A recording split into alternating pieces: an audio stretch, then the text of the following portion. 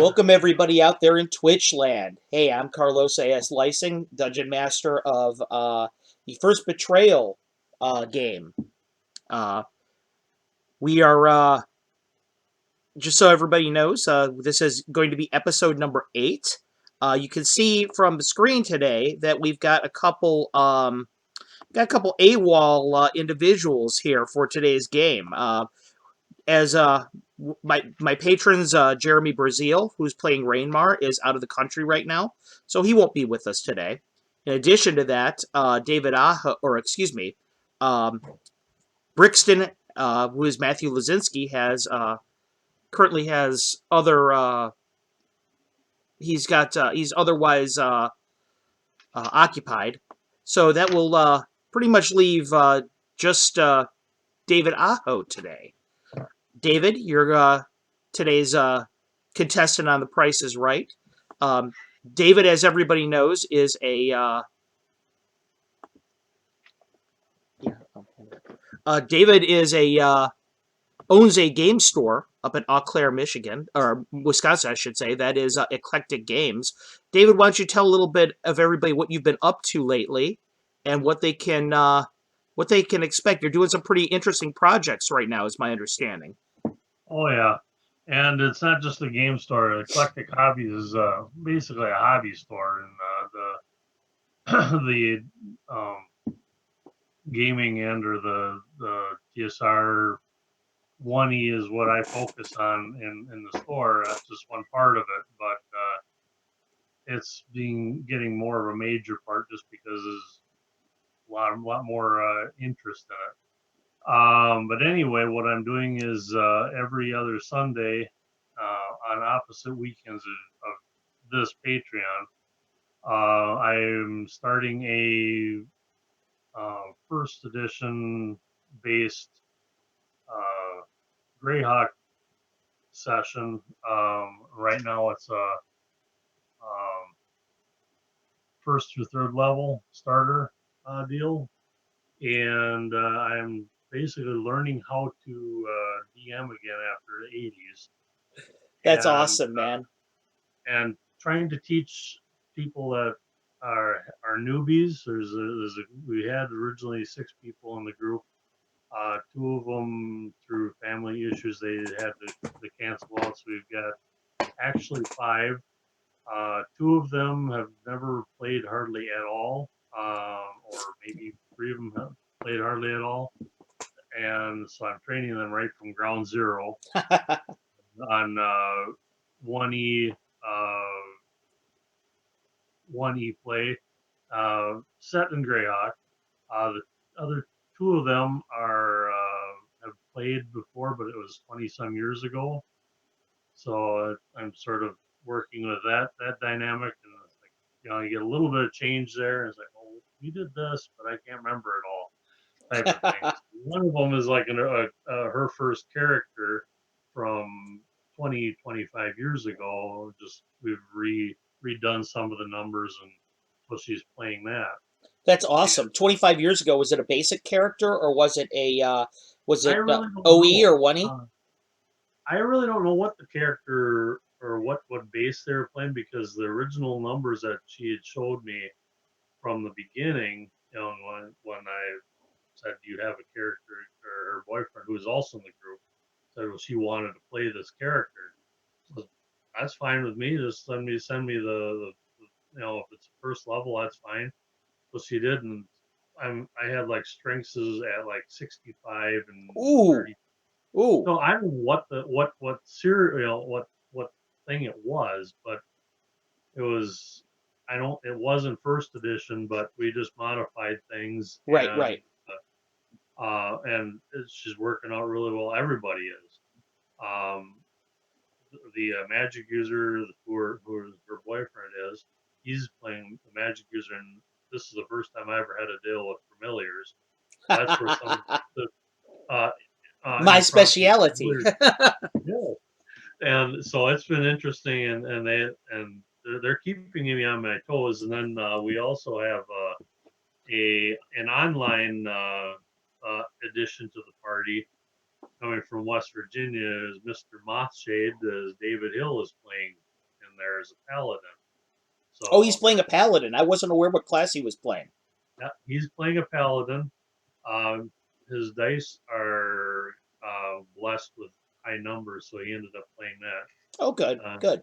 I had him roll some stuff out, and he said, "Well, I played, the numbers that came out." He says, "Well, it looks like a really good paladin here." I said, "Well, why not go for it?" So, so he's playing that. The girl is a lady is from 25 years ago. She's playing a ranger, uh, and who by chance she's a writer and she's written some books based around her character. You know, I actually read a little bit about that on the Facebook feed, that Yep, she was a writer. That's very cool. yep. So I've got some of her books here at the store. Oh, good. Uh, Now, and mechanically speaking, David, I have an yes, interesting question for you. On Facebook, speaking of which, on the 1E, there was a interesting conversation the other day about whether people use Unearthed Arcana material in their oh, games or not. Now, you espoused in particular, I remember reading in specific, that you allow Cavaliers, but you still consider the Paladin to be a subclass of the fighter. So you're not giving David the opportunity to increase the rest of his statistics, correct? no, that it's sort of mixed around. I consider every one of them a subclass of fighter. Oh, okay. So I will I'm more familiar with the paladin as the player's handbook version, Mm-hmm. but I've also played the Unearthed Arcana. It's just and that's what we're playing with Dave is he's running Unearthed Arcana version. Got it. So I consider every one of those fighters, whether fighter, ranger, barbarian, cavalier, paladin, those are all subclasses of fighters Right. in the way I look think at it. Or and I always was in the under the almost under the impression that back in the day that a paladin was or the cavalier was a subclass of paladin. That's just the way I read it back then. But we only had one cavalier in our old group, and that was sort of an interesting thing. He decided he was going to attack one of my characters, one of my monsters, if you want to call it, Right. back in the day, and he ended up attacking without provocation, other than the fact that this creature has has bat wings and faceted bug eyes and stuff like that, and didn't do anything other than stand there and look at them, and it's very psionic oriented. Oh, okay. So they 1E felt psionics? that I only played it that once, Okay. so I really don't know it real well. Mm-hmm. But what it was is the creature just had like a psionic, um, they felt a tingling in their mind, and he got sort of uncomfortable with it, and if you do that, For those of you so out there who are following us in Twitch right out over there, David is probably one of the most prepared DMs and players you're ever going to meet, as far as doing his own art and as far as committing to the craft completely. It's something I really admire about him in particular.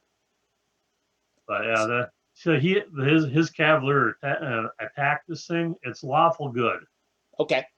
without provocation, and so I set a hound of ill omen after him. Oh no!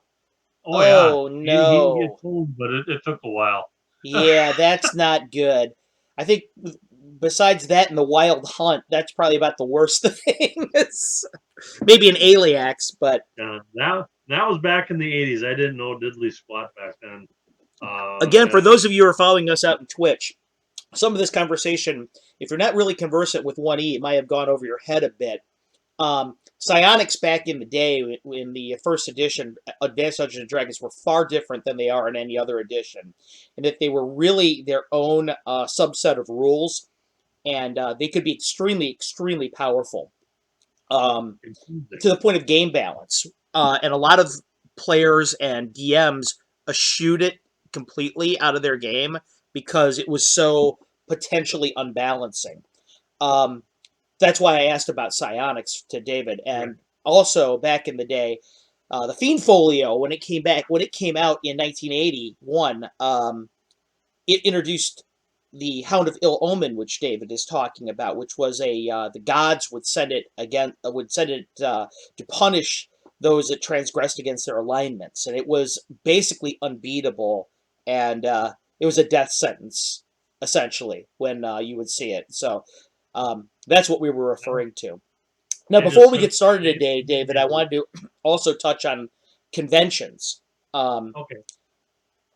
Castle Entertainment, as everybody knows, not only do we do this game online, which is geared towards my high tier patrons, uh, we also go around the country and do different conventions.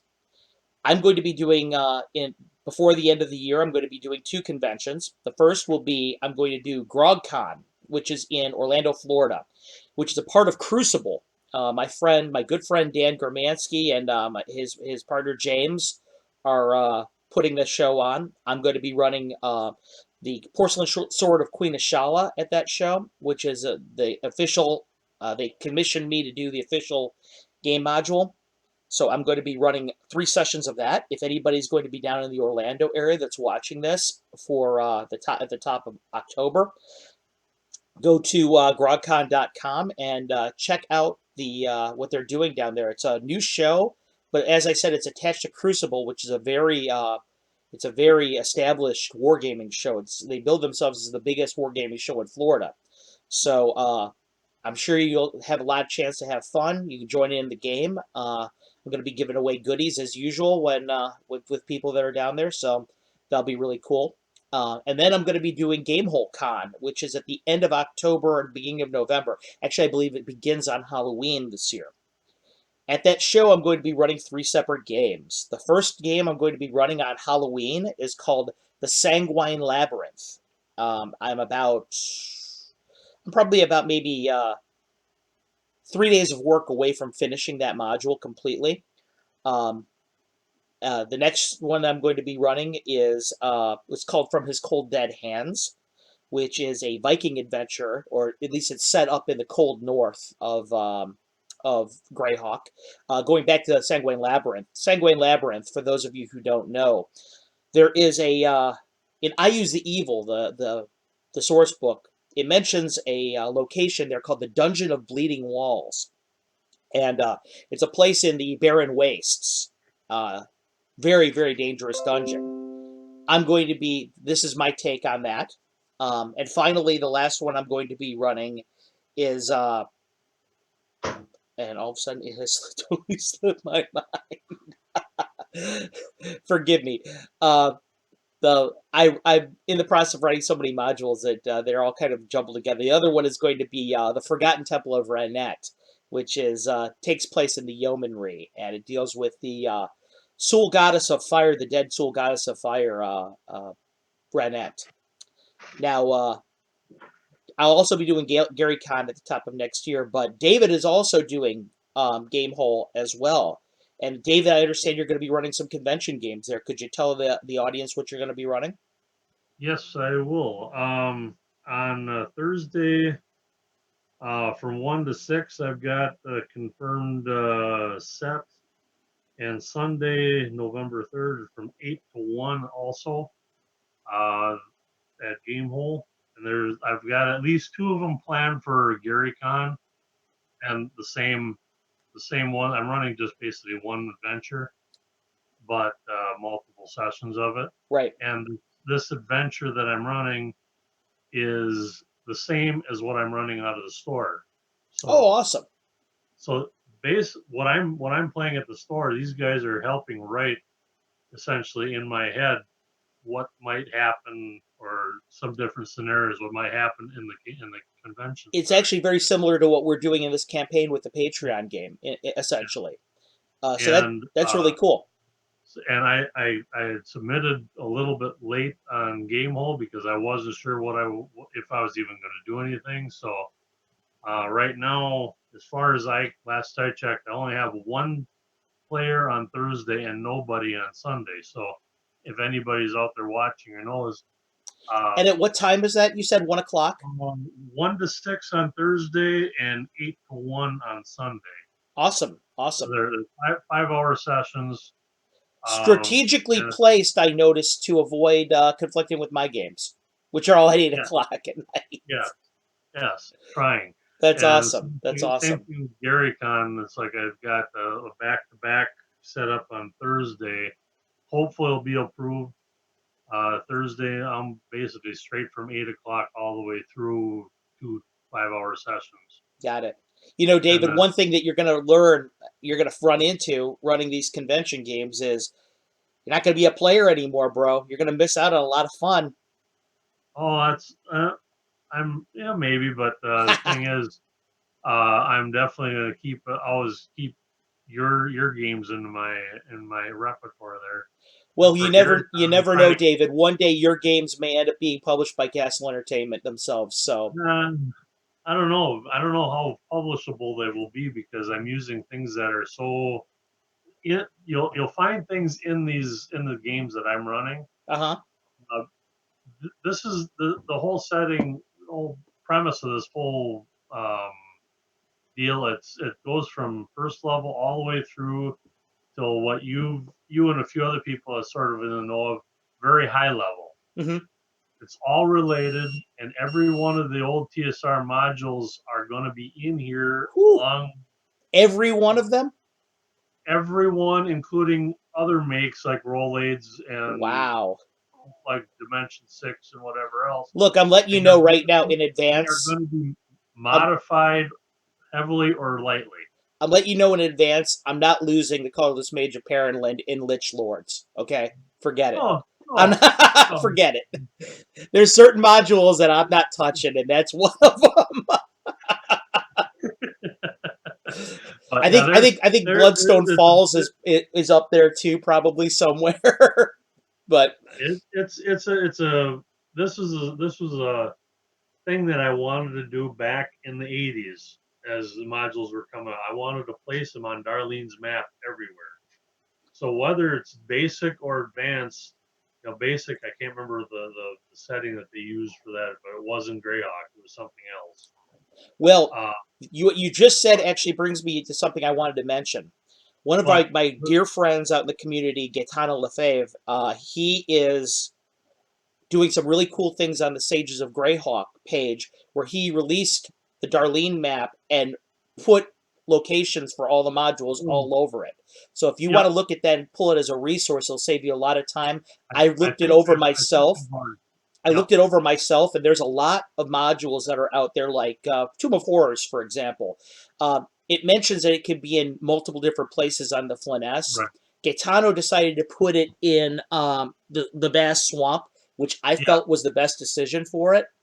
yeah. It's Um, way off somewhere in the middle and way off on the eastern side, down in the bottom. Right, but all I was trying to say is that I think that his decision making process on all those, I agreed almost completely with everything he did when there was Yeah, a situation where you could put something in multiple places. So it's a great right. resource, and I wanted to give Yeah, him some props for that. Thanks for the from the community. Thank you very much, Katano. Anyway, David, yeah. Okay. please continue. I think I pulled that up, and that is one of my references in my Awesome. Greyhawk campaign book over here. Um, but like I said, and it doesn't. Like I said, it didn't matter if it was AD&D or D&D, and everything is all going to be Greyhawk based somewhere. Awesome. As it But I'm should also be. As it should I'm be. as it should be, and also Anna's stuff is helping me out considerably too in placement. You know, Um, I don't do too much of taking other other settings material and putting it in Greyhawk.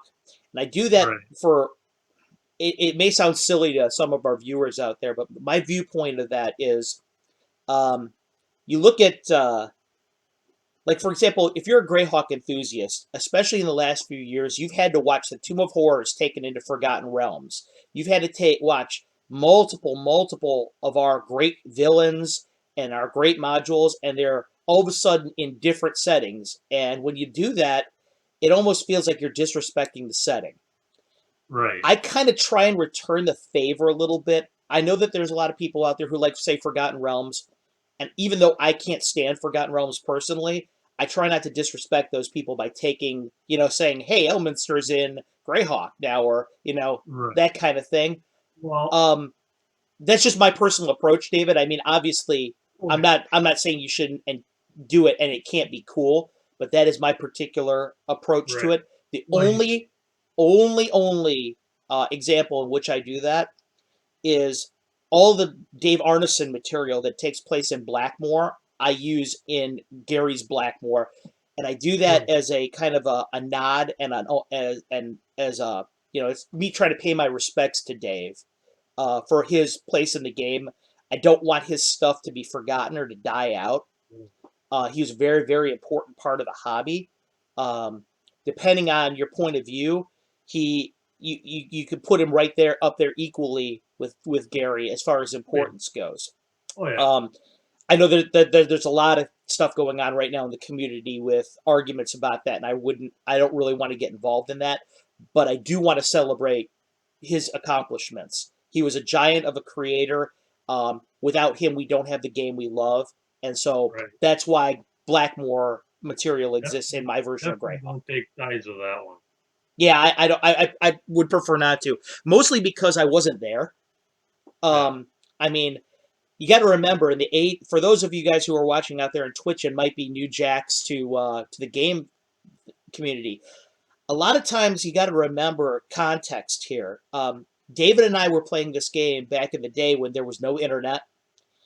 Snail mail was really the best way to communicate long distances.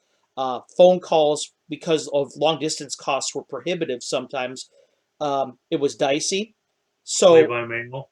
yeah, when we would learn information about the game, we didn't have all the like. For example, if I wanted to right now, and I wanted to know about a game designer I admire, let's say Wolfgang Bauer, okay, who does Midgard and contributed heavily to Living Greyhawk Gazetteer, among other things.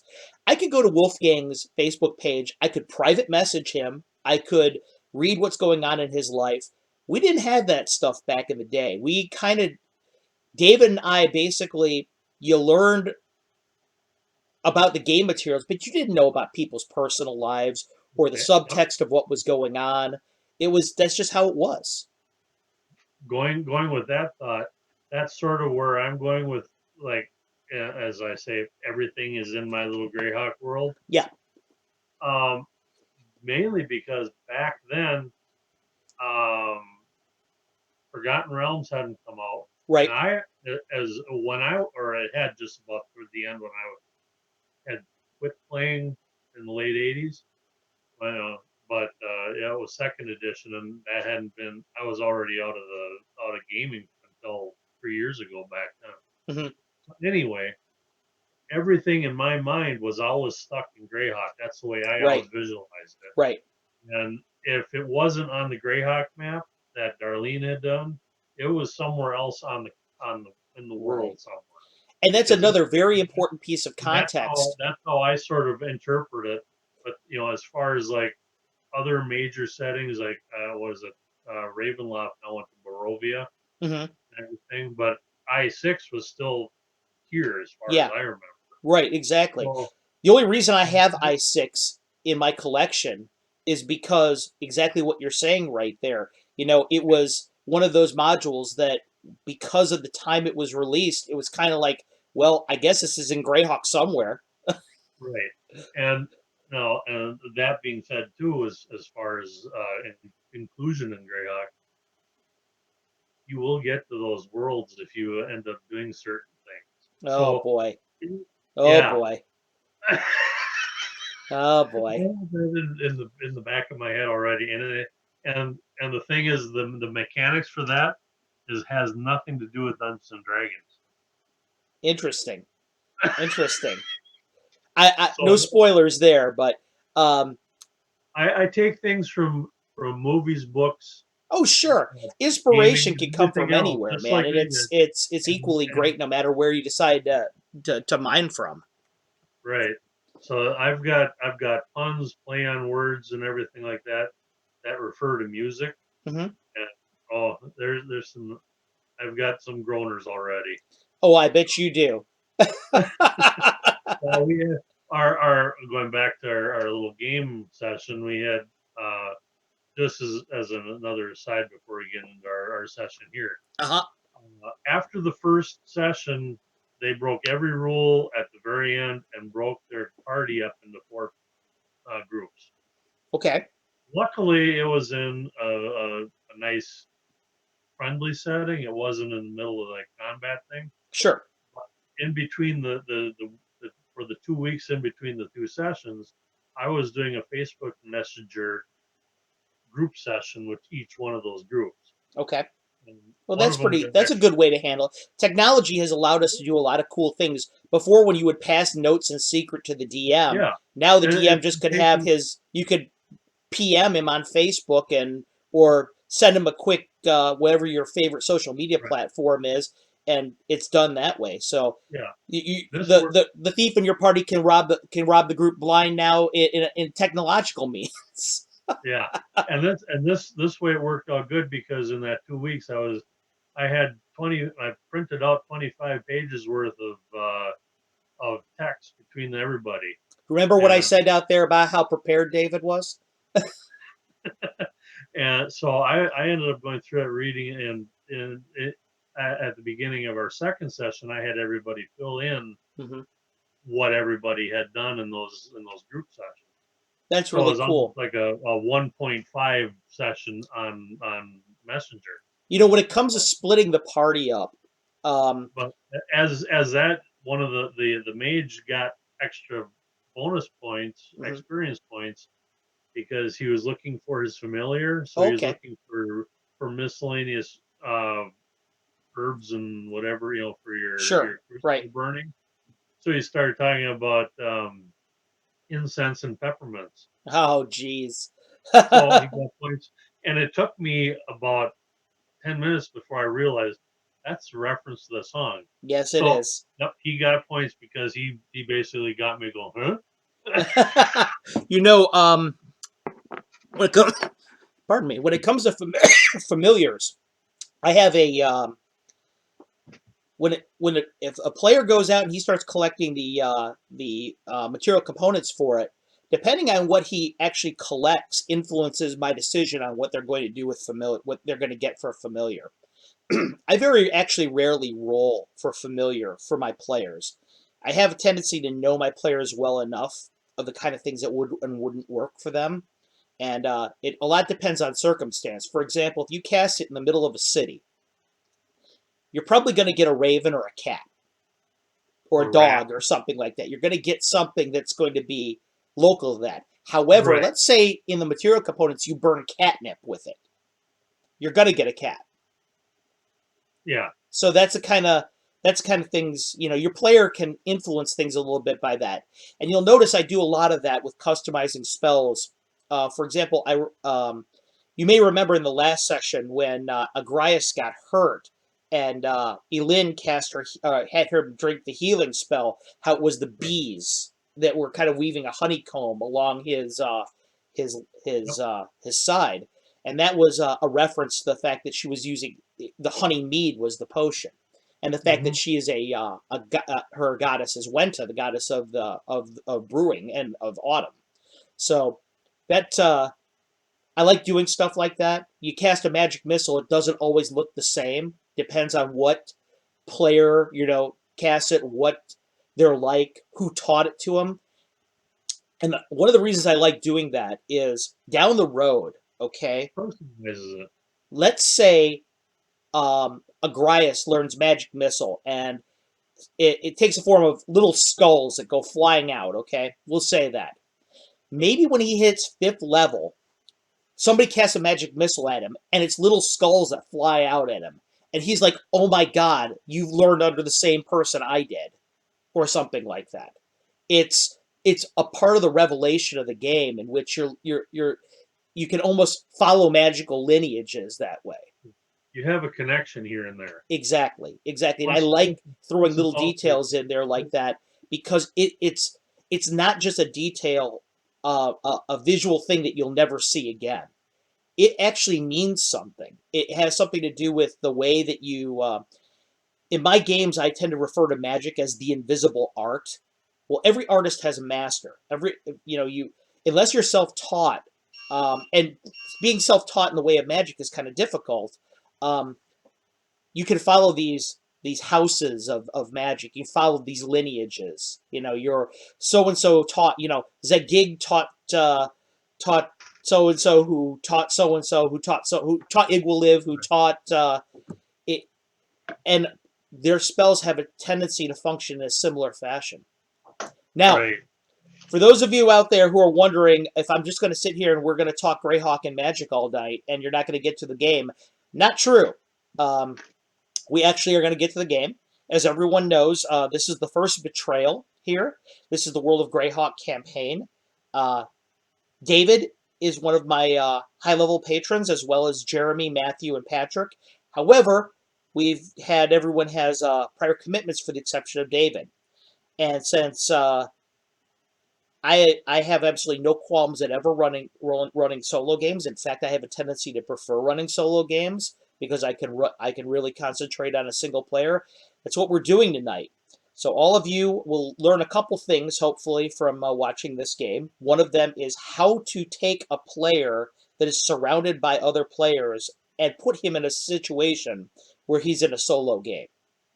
Sometimes it takes cooperation on the part of the other player, but expert players and have a way of reading into your game and seeing how things are going to go, and they will follow the plot to some degree, unless they're especially obstinate. But in that, even then, as a DM, you have a lot of opportunities, and you'll see a couple techniques in this game if you're a dungeon master that's just starting out, maybe, or you just want some ideas on maybe how to do that. We talked a little bit about splitting the party earlier. I don't really care when players do that, to be honest with you. Sometimes it works great. Yeah, sometimes it works great. Like When you your find, Paul, oh, go ahead. I'm sorry, David. your that Paula's daughter session we had. Right. That was a 3 or 4 way split. And you're like, no, don't do that. But it worked. Yeah, it worked out really well. It worked out really well. Now, one other thing I would say is when you're running a game that's like an investigative type game, that is going to happen quite frequently. Players are going to Right. want to spread out so they can collect as much information as they can. If you're in a city or a village setting, it's going to happen quite frequently. It happens less frequently when you're in a dungeon crawl or when you're in a combat-heavy game. So if you're a dungeon master and you're trying to find ways to avoid that happening, I would encourage you to tailor the kind of game that you're running towards those two kinds of games, and you'll find that the players will have an incentive not to want to split up in that case. But anyway, going forward, David, are you when we left off last time, the group had just left the village of Caverick's Cove. You guys have actually started on your mission. You're in the country of Raddick, which is on the east coast of the Flyness or Eric. Yes, thank you. You are heading south along what is called the South Road of Raddick. David was in charge of leading the horses because David is a teamster. Now, for those of you out there who don't have any idea what I'm talking about, I've decided I'm going to incorporate non-weapon proficiencies in this game as per the Dungeoneer's Survival Guide. Doing it slightly differently, though. Whereas you only had a few choices in the Dungeoneer's Survival Guide and the Wilderness Survival Guides, I'm allowing these guys to take a skill in anything they want. If they want to take underwater basket weaving, that's fine with me. However, Brixton, you have to. as we go forward, what they're going to do is they're going to roll for these to see if they can actually learn the skill or not. So David, as a result of last week's game, or 2 weeks ago's game, pardon me, you had the ability to learn one of three skills. The skills were healing, animal handling, and Boyer Fletcher. Now, you have 3 proficiency slots left to your name right now, okay? So, or excuse me, you have 2 proficiency slots left to your name right now. So I'd like to know if you want to roll for to try and get any of those as a skill.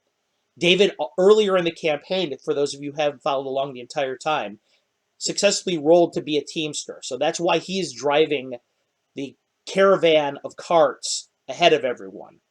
Without him having the ability to do that, they might be their progress would be much slower and much less effective.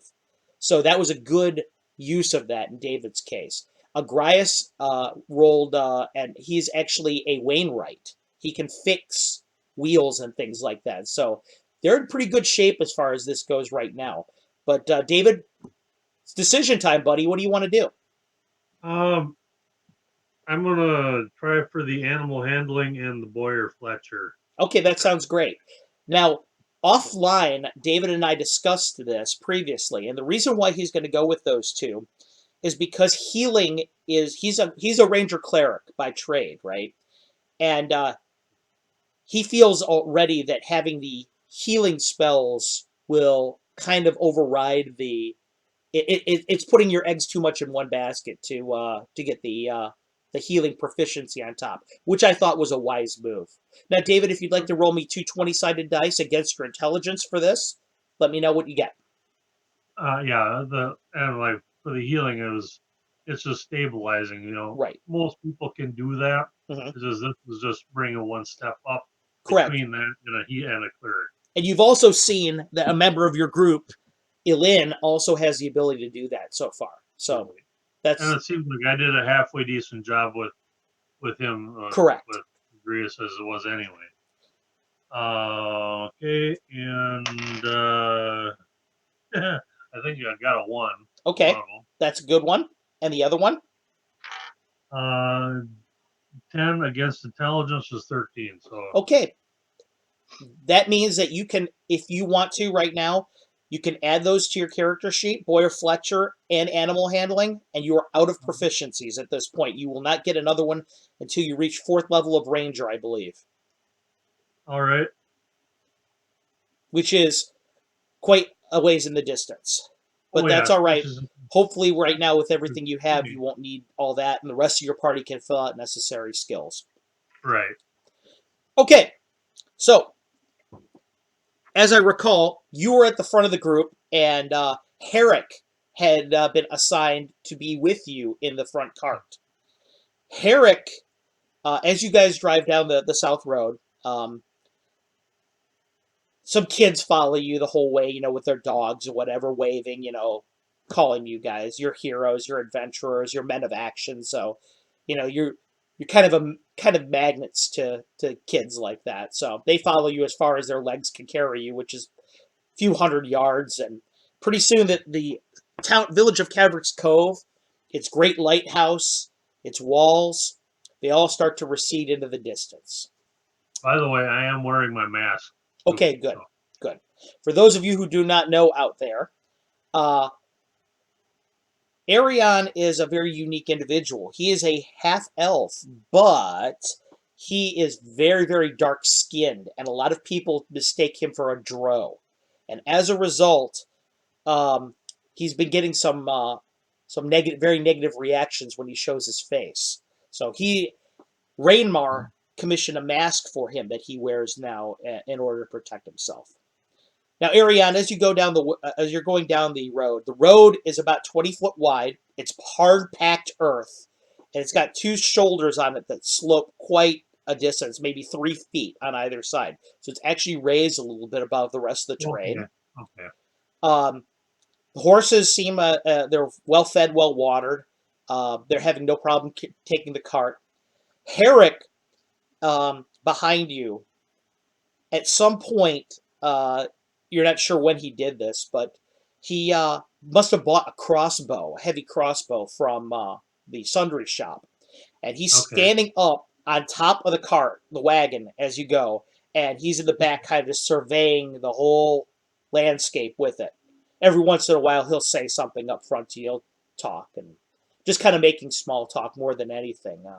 In fact, we're gonna, as you go, it's about noon. Sun in the sky is high.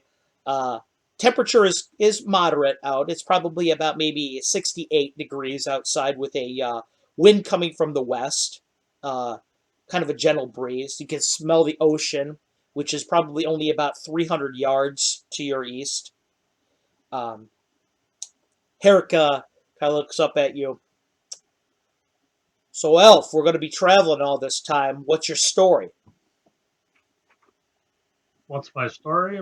Uh, my mother, who's an elf, she helped a South Sea sea trader with. They met over in Celine area. Um, they just sort of hit it off, and that's where I came about. Hmm. And I lived with my mother for the longest time until she up and died. Uh, strange, wasting disease. Nobody could figure it out. Died way before her time, which is why I wanted to learn a little bit of healing, maybe try to help somebody else out. And at that point, because of my complexion in Celine, they didn't really, they knew me, but it wasn't all the greatest. It's like over here in Cavers Cove. Huh. So I went and sailed with my father for a good amount of years. Never really liked it, but I do. I can hold my own out there. And about 4 years, 4 or 5 years ago or so, set in at Marner, and I started with the scouting group out of Marner, which for those that online, it's up in this part of the area. So I basically did scouting and patrolling up in Raddick, and Military that's man, huh? yeah, a little bit. And then that's where I met our little friend underneath the seat here, Tobias. Huh.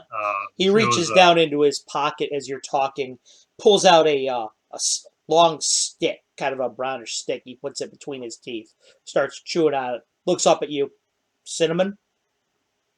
sure, grab it, Hands you up a cinnamon stick. and Cinnamon in the World of Greyhawk is a lot milder than the cinnamon you have here, which is processed and in our normal Earth. It's actually a very refreshing and pleasant, not the super sharp taste. Um, so starts chewing. He looks over at you. So is it true what they say about you? Was your mom a dark elf? nope, high elf. So what's with the skin? Like I said, that was my dad's side. He's got Emmon skin from the south part of the Ore. Hmm. Never seen one like that before. Not common up here in Raddick. No, it's not. It's way So how south the out hell of the did you map. get to Raddick from Celine? That's like a month away, isn't it? Maybe more. Depends on how the winds go. I haven't traveled it by foot. I've been on boat. Oh. So you're a sailor too, huh? Well, that's what I said. My dad was a sailor, so I No, I'm not went worried about your dad. I'm asking you. right. I can. I don't like it, but I know my way around a boat. Kind of taste it a little bit. So you're a military guy from Marner. Fight the barbarians much? Nope.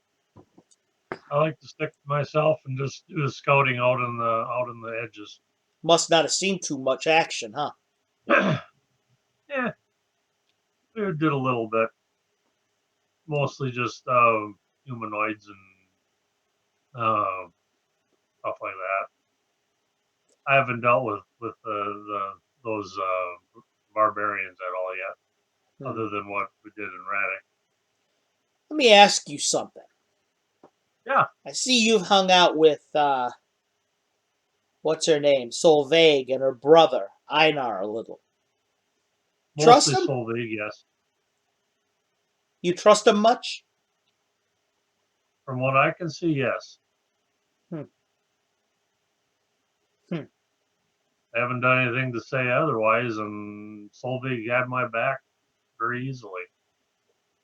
He No nods. questions asked. Hmm. Interesting.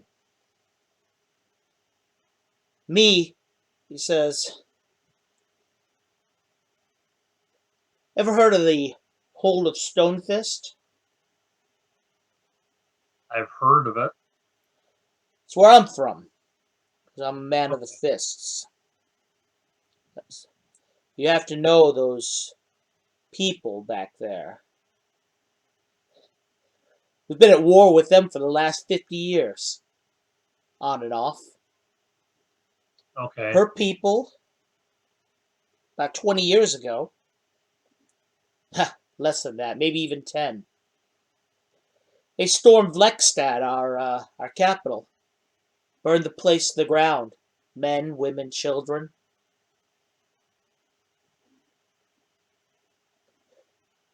I was there. Flick said, that's why I've got no family. Looks back at the cart where Solveig and Einar are.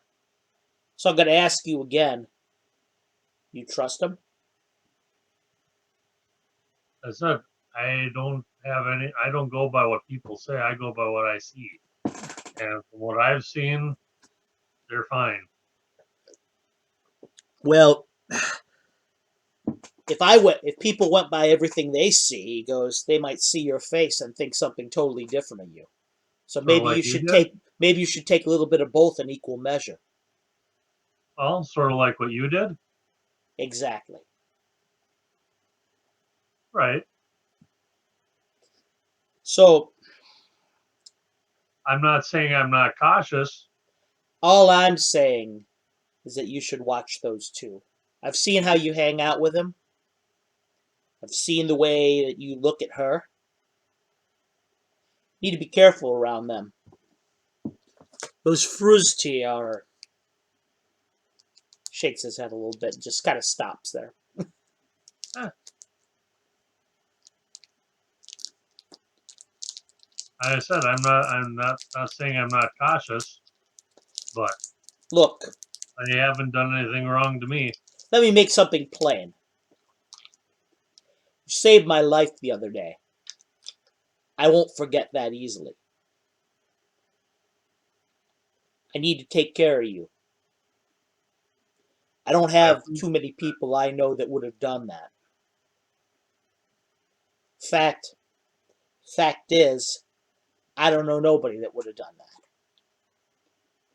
So your friends are different. You proved something. You showed me something that day. Now I've got to show you something too. Huh? I appreciate. I'm just watching your back.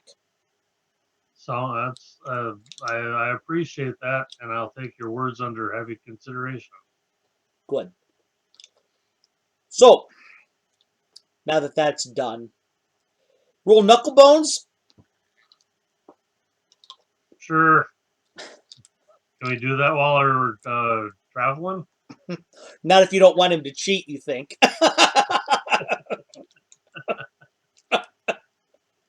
So you continue on the carts going south. Um, the rest of the road as you head down there is relatively calm. Uh, you don't really see anybody. There's some seabirds that circle over the waves. You don't see the boat at all anymore. Okay, I was going to The ask that. the Nerid Shawl, it's gone. Uh, it's going to make much faster passage than you will. Right. Um, as for Brixton's familiar, he ordered it to stay with the sea with the Nerid Shawl, so it's hard to tell. It's probably with Right. swimming near that. For those of you out there in Twitch who are not familiar, Brixton summoned a familiar, and he actually got a hippocampus as his familiar, which is a something like an aquatic horse. But at any rate, um, soon enough, uh, you Does the see road does the road stay at that elevated level, or is it sort of no, even? as it goes away from Caverick's Cove, you notice it slowly starts to slope downwards until it actually meets the surface of the ground. Okay, good. You get the impression that that was actually done as a defensive measure so that it could, so that it, Like part of the wall. yeah, it would be difficult to attack the place en masse because of that. But Okay. eventually, you're at the level of the ground, and you go forward, and you find yourself at the going forward down the path ahead about maybe 500 yards of, and you're probably now about 15 miles south of the city of Caverick's Cove. The sun's starting to go down. There's something in the Okay. middle of the road. There's something in the middle of the road. Yeah, there's something in the middle of the road. As an elf, Um, you're able to see it, and of course, because you're at the front of the lead, you're able to see it much earlier than anyone else. um, what does it look like?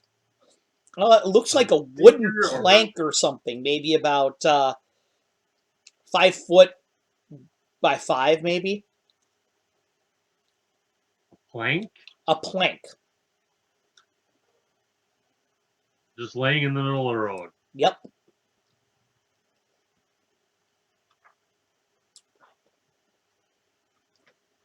What are you gonna do? I'm gonna signal everybody to hold up on the. You Okay, know, behind you, the obvious, whole. obviously that everything is slowing down because I've stopped. But Okay, the whole caravan slowly comes to a stop. You're probably about 100 yards away from it. Herrick looks over at you, kind of looks at it. What the hell is that? I don't know. Want me to jump down and see? Uh, you want? I'll grab my bow for cover. Okay, jumps down. You see him. You want me? You want me to put an arrow in it or something first, just to make sure? Looks at you. Looks like a piece of wood to me. I don't see the difference. If you see me start shooting, go ahead. All right. You're standing on top of the carriage or the wagon. You've got a really good downward plane. You can shoot over his head pretty easily until he gets right up on it. Is He there anything walks. I can see around there? How open is it? Um, well, as you've gotten further south, there's woods now to the just to the west of you, probably about maybe 200 yards away. The tree line begins. Very dense wooded area. Okay. Uh, You see Herrick walk up with his crossbow. He's very cautious as he comes over. As he's doing, I'm keeping in just quick. Head, yeah, your head's on a swivel. Yeah. Um, he looks down at the plank. Gets about 50 feet from it. He starts to back off. He starts to back off. I'm. He looks over at you. He says, looks like a trap door. That's what I was thinking. There's a ring on it. You can pull it up. He goes, but it's it's right in the middle of the road. Somebody doing tunneling, the ambush type thing. It could be. You want me to open it up and jump down? See what's going on? Um, well, does it open away from us? Like, you know, here's It looks to me with the ring on it, it opens up to the side.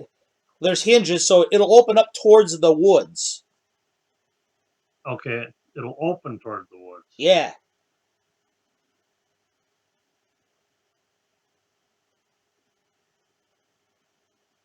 Is there a way somehow we can put a rope around? Is there like a bigger tree on that wood side where we can put a rope and yank it? I could just tie a piece of rope to it and lead it over and then yank it off from a distance if you want me to. He does. You're standing there, Arion, on top of the caravan, and by now, Solveig and her brother have gotten out of theirs, and they're coming up. They look at you. What's going on? The trapdoor in the middle of the road, from what it seems like, which What? is odd. Who makes a trap door in the middle of a road? I don't know. Elin comes out of hers and she walks over there too to see you. She looks at it, kind of doesn't seem to understand. She kind of keeps looking at the woods too. That I don't know if this is like a ambush something or if it was if there's something in there or whatever. We're gonna try to open it up, see what's inside, if anything. Um, he op- But he I'm puts he puts a rope around it, kind of pulls it from a distance. He gets about 25 feet away off the road, pulls it. You see the thing kind of swing open. As it does, dirt that was on it kind of tumbles down to the side. He opens it up. Nothing happens. okay. Anything inside that you can see? Einark says, I'm going up with him. He kind of starts to walk up there. Uh, Herrick looks down at the trapdoor. There's a ladder. It's old. Looks like the place hasn't been touched in years. Okay. Smells musty. Is there a way you can spike it down to the ground? Could do Close? that. Night is starting to settle in, by the way, around you. David, you go ahead and you do. You're seeing all this happen, and Elin looks up at you. She goes, "Do you feel that? Do I feel it? Make me a 20-sider." 15. She kind of points out towards the woods, and you notice something about the woods when she brings it up. You don't hear really any sounds at all. No animals, no wind, nothing. It's really weird, actually. And there's footprints, tracks by the woods, but they're too distant for you to make out what they are. Okay. Herrick, I need to know what you want me to do, boss. Einar looks down. He says, it looks like this dirt. He says, this trap door was buried not long ago. It looks to me like somebody kind of dug up the road and exposed it. Okay. Not like basically not like somebody had built it there just recently, but they're exposing it. Yes, it looks like what happened was this trap door was here. They built the road over top of it, and now somebody has exposed it again. How deep is it? Can they tell? You see Einar reach out, takes a copper piece out of his pocket, drops it down. I'd say 20 feet, maybe.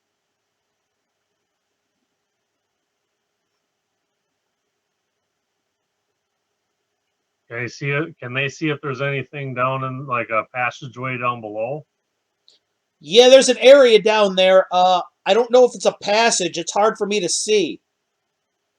He looks back What up. He goes, maybe an elf could tell us. He kind of smirks a little bit. I get down, I'll You wander start over getting there. down, and Alin says, be careful. This woods, there's something wrong. Okay.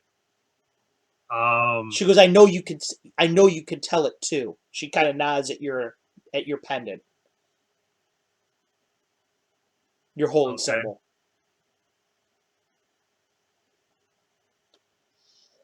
So you get off the wagon, you start walking down there.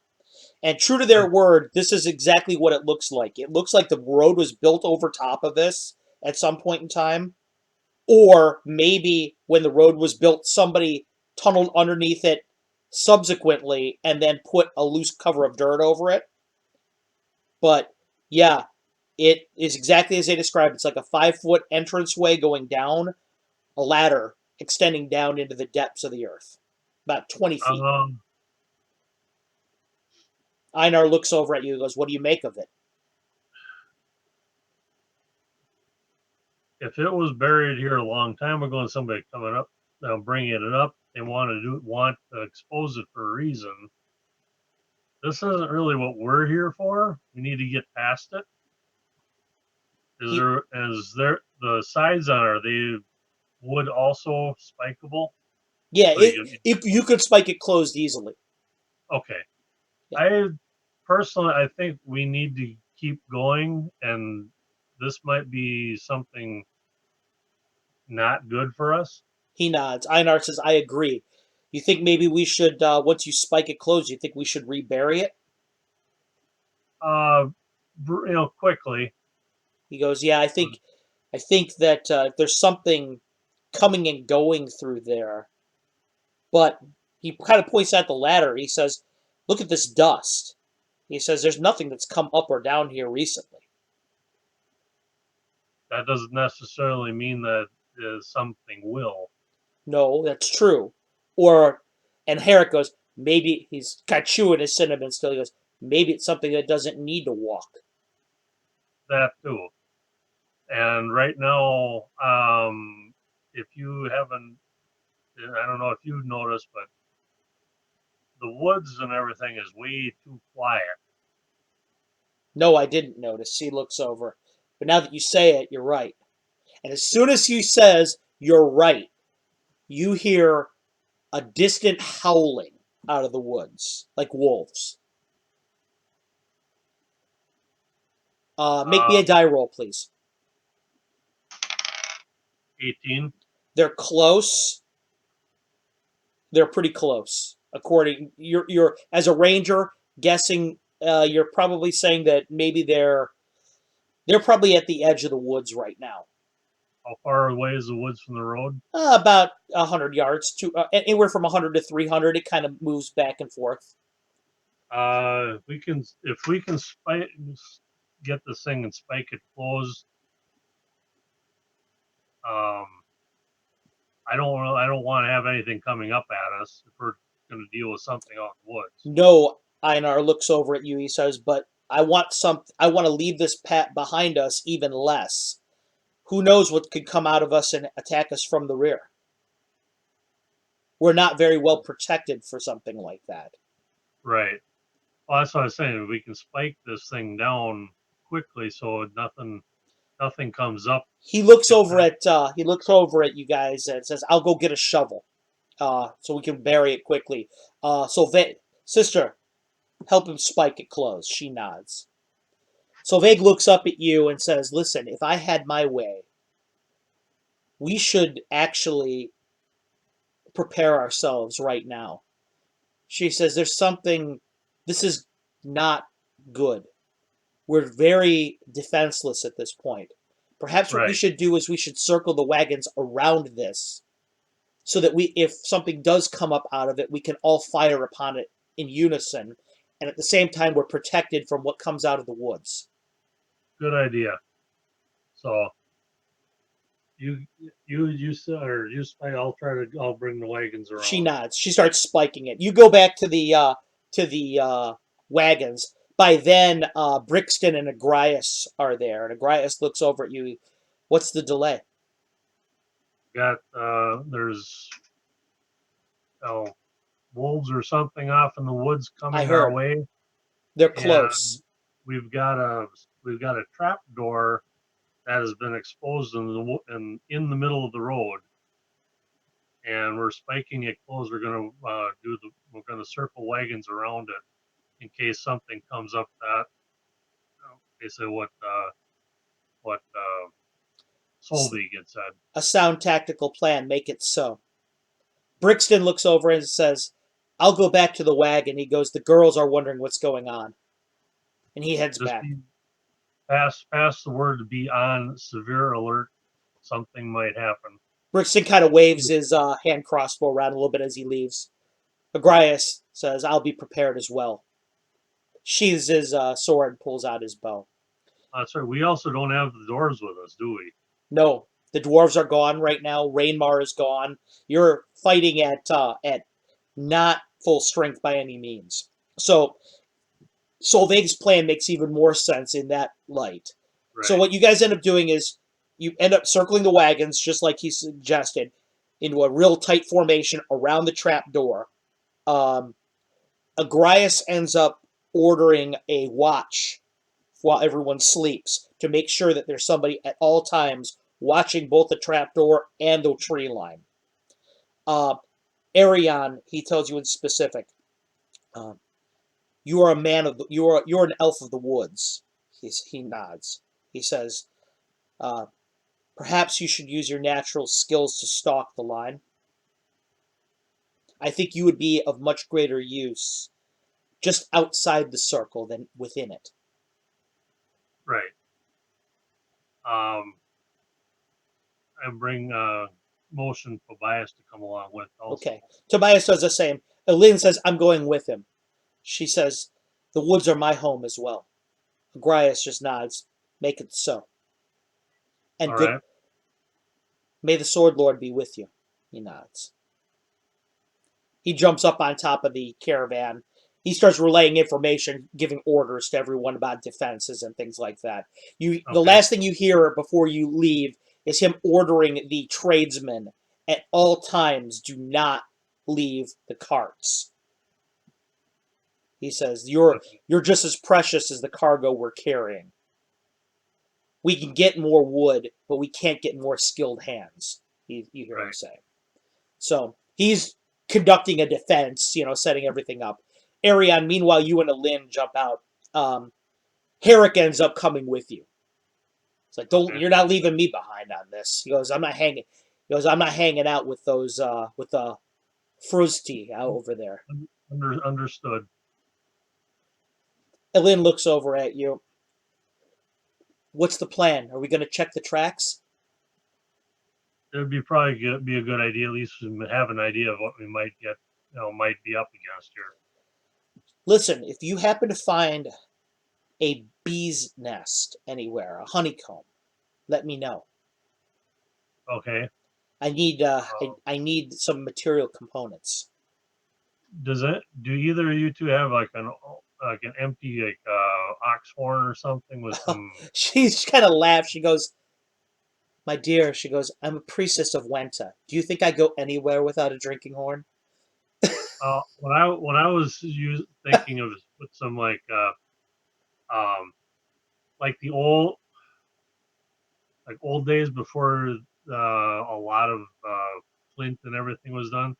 They used like a horn with stuffing in it or whatever, and they had like a smoldering fire in there. Right. That's what I'm looking for. Okay. That I could have or get started and have a ready source of fire with me. Okay.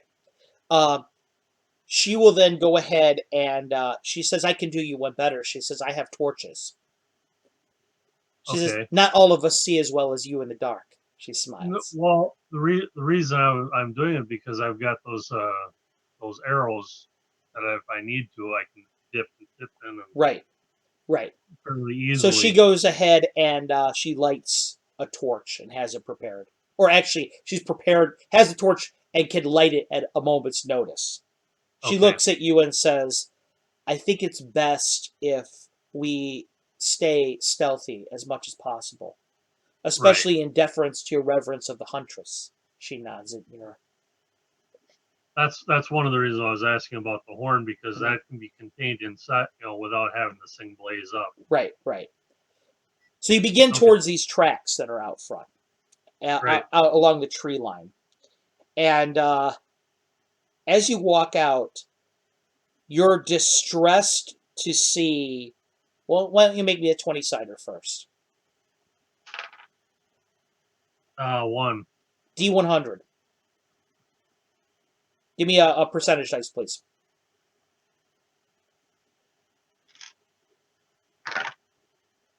12. Okay. You see the tracks, you kneel down and look at them, and you're rather distressed at what you see because there's wolf prints all over the place. But these wolf prints are massive. Where's Massive. man? Where's Manon when I need her? Yeah, right?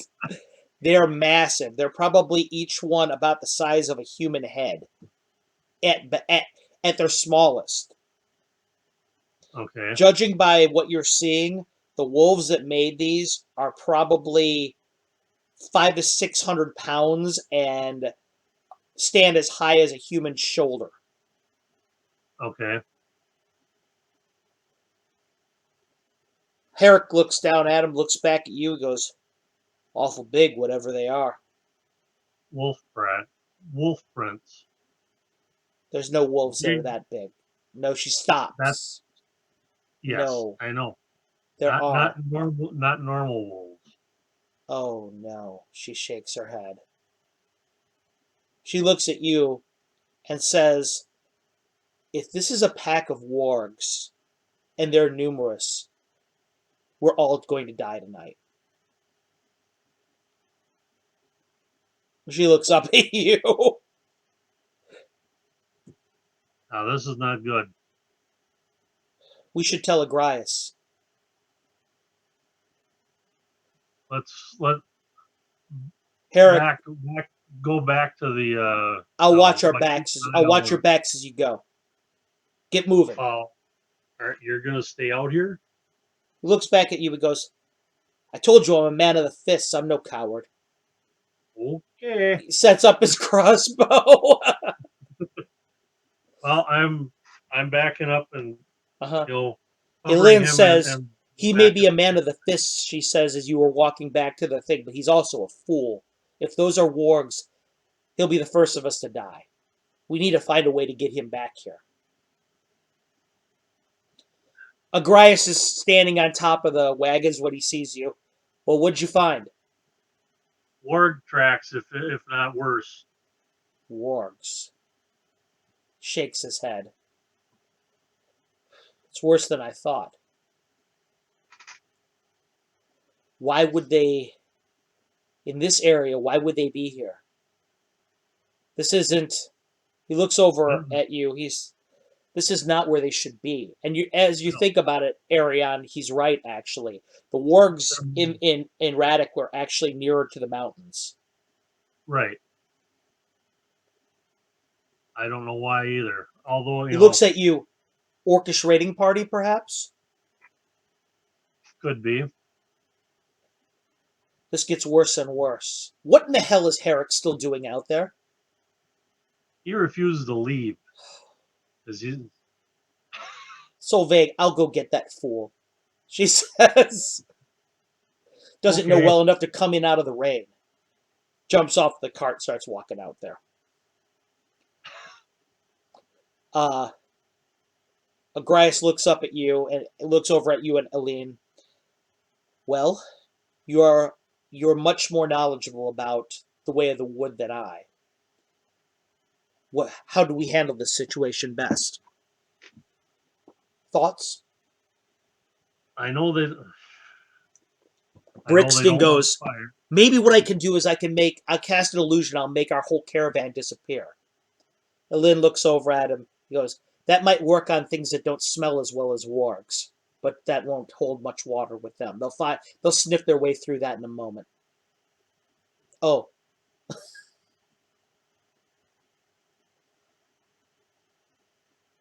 How well can I communicate with Tobias fairly right now? he kind of gets the idea of what you want. Whether or not he's willing to do it is another matter."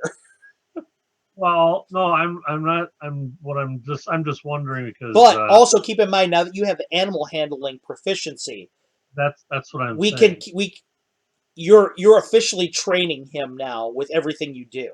So there'll be a lot of die rolling involved. We're gonna kind of figure out as we go now how well you're gonna do this. Right. So Um, Tobias is just kind of hanging out near you. I asked Lynn, it's like, do you have any the you were saying something about this.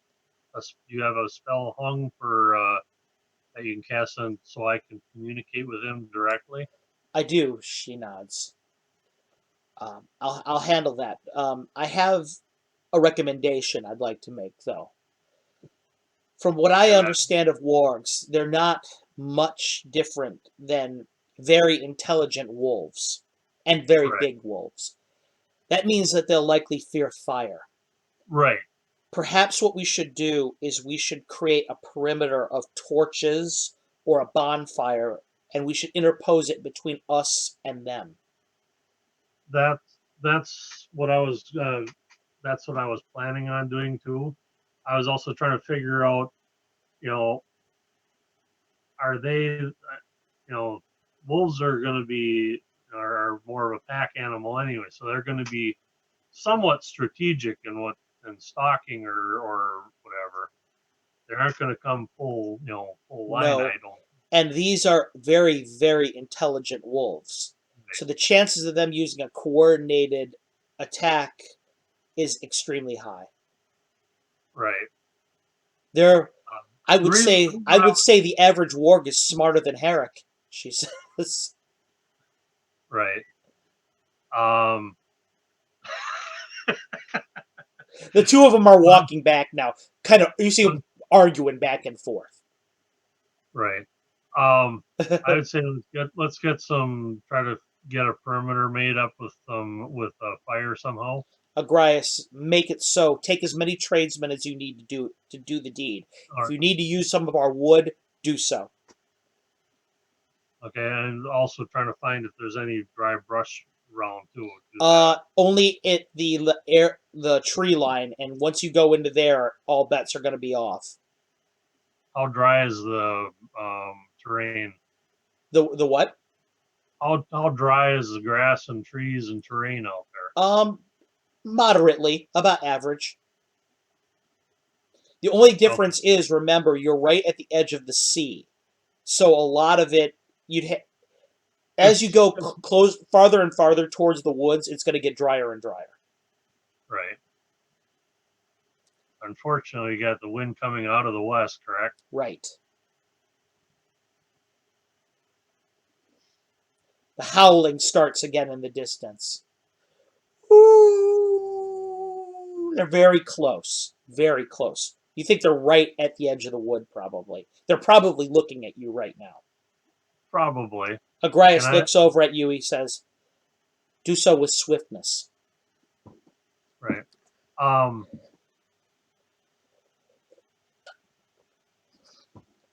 Listen, he says, before you go, you were with that fool out there when everyone looked down into the tunnel. In a worst case scenario, could we flee there for the night? we probably could, but then that's also, I would say there's a passage or something down there. I don't know what's down there completely. There could be something coming from that direction. So if somebody hides down there, that could be worse in a sense than He if we were up nods. here. He nods. That's why we spiked it. In a worst case scenario, you'll In a go down. worst case, we could probably do that. And that's also surrendering is almost like surrendering our charge of the wagons, He nods. everything. All I need to know is whether it's a possibility or not. He says, It's I don't intend on taking that as our first course of action, but should all fail, it's an option. it is an option, not a very attractive one at all, because number one, you don't know what's ahead, and if we're fleeing something from above, then our back door is blocked. Lynn is like, what do they want? Because these are intelligent creatures. They're not bandits. They're not. It's not like them to waylay a caravan, No, but it could um, be an orcish raiding party, as I said. that's what I'm saying. The orcs usually will ride them. He nods. Thanks, JR. Brixton, uh, maybe I could, maybe I could mislead them with colored lights or something. Um,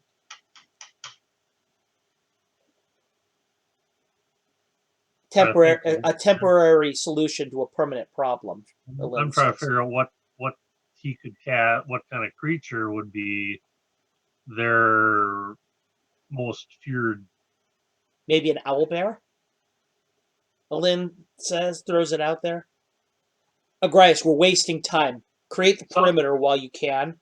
We'll think if about you it as we go. How think many tradesmen do you want to help you? as many as possible, anybody, as much as we He possibly can knocks get. on the side of the caravan. You 5 out. We need your help. You have 5 men. He nods. All right. Well, we start building a perimeter Describe to me and what you're going to do exactly here. This we're getting into an important part of the tactics here. well, as uh, use what we can for of wood or that we can't feel is good, and do a full perimeter around the wagons. Are you actually trying to build a blockade, or are you actually just like setting up um uh almost like tiki Oh, torches? probably just do the tiki torches for now. Okay. I mean, Okay. I think it's faster It's way than faster. And the trades with the tradesmen helping you, you can have that done in less than 10 minutes. I would say. Probably do that with about 10 to 20 feet out from the caravan. While you're Or doing it, while you're doing that, Herrick that way is we get a little bit of movement in between. Herrick is helping you put one of them in. Looks up at you, says, "I want you to know 2 things." He goes, "I had that situation covered out there." He goes, "The first, you didn't have to come get me. And second," he goes, "you realize that uh, this is a bandit attractor. What we're doing here, right?" We're gonna one way or another. We're gonna do something. I didn't say we shouldn't. I just want you to know I have a little Yep. bit of experience myself in being a highwayman. This is exactly what I'm looking for. Okay. Well, what would you do differently? Oh, nothing. I'm just letting you know what to be prepared for. This is the right Oh, move as far as I'm concerned. I was just worried about what the tracks that I saw out there. One of Did those anybody can think take. about that trap door? He looks at you. I don't like it. Yeah, I know, but did anybody think about going down there? They're thinking they had said that in the worst case scenario, we use that as a retreat. Right. And I said that in the worst case, yes, but we don't know what's down, down whatever passageway is there. He And if we're nods. down there, something on top is covering our back. And I don't like that because that's our retreat. This is a bad tactical position, but I think this is making the best of a bad situation. He nods. So you guys create the entire perimeter with about 20 torches all the way around. All of them are lit. Uh, Bright light inside of it now. Torchlight flickering. Fortunately, the wind is not so bad, and the salt spray from the ocean is not so bad that it douses anything. You're far enough away from the water, and the How, wind is how calm far enough. away? Huh? How far away is the water from us? About 150 feet past So the. it's about the road's basically splitting almost in half water to the wood. Correct. Correct. Correct. And as You don't see anything coming along the shoreline no, at there's all. nothing coming along the shorelines. No Okay. light, no anything. It's a quiet night, except for the howling that you occasionally hear. Okay.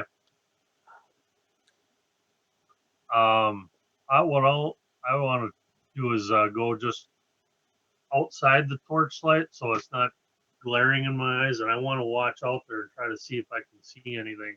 I Okay, don't know if the torchlight is going to kill my infravision you're or all, absolutely but I correct. want And the darker it gets, the more effective your infravision actually is. So that's good for you. And as you get away from the torches, you start to walk out, and Agrias looks at you. He's like, "What are you doing?"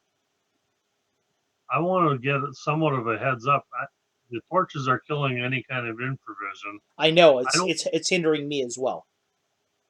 I'm not. I want to be able to see something coming that we can't see with the torches being here, but they're blinding me enough where I want to get just outside of, not within quick sprint back within a few steps, but at least, I don't have a glow, a point glow in my eyes. Right.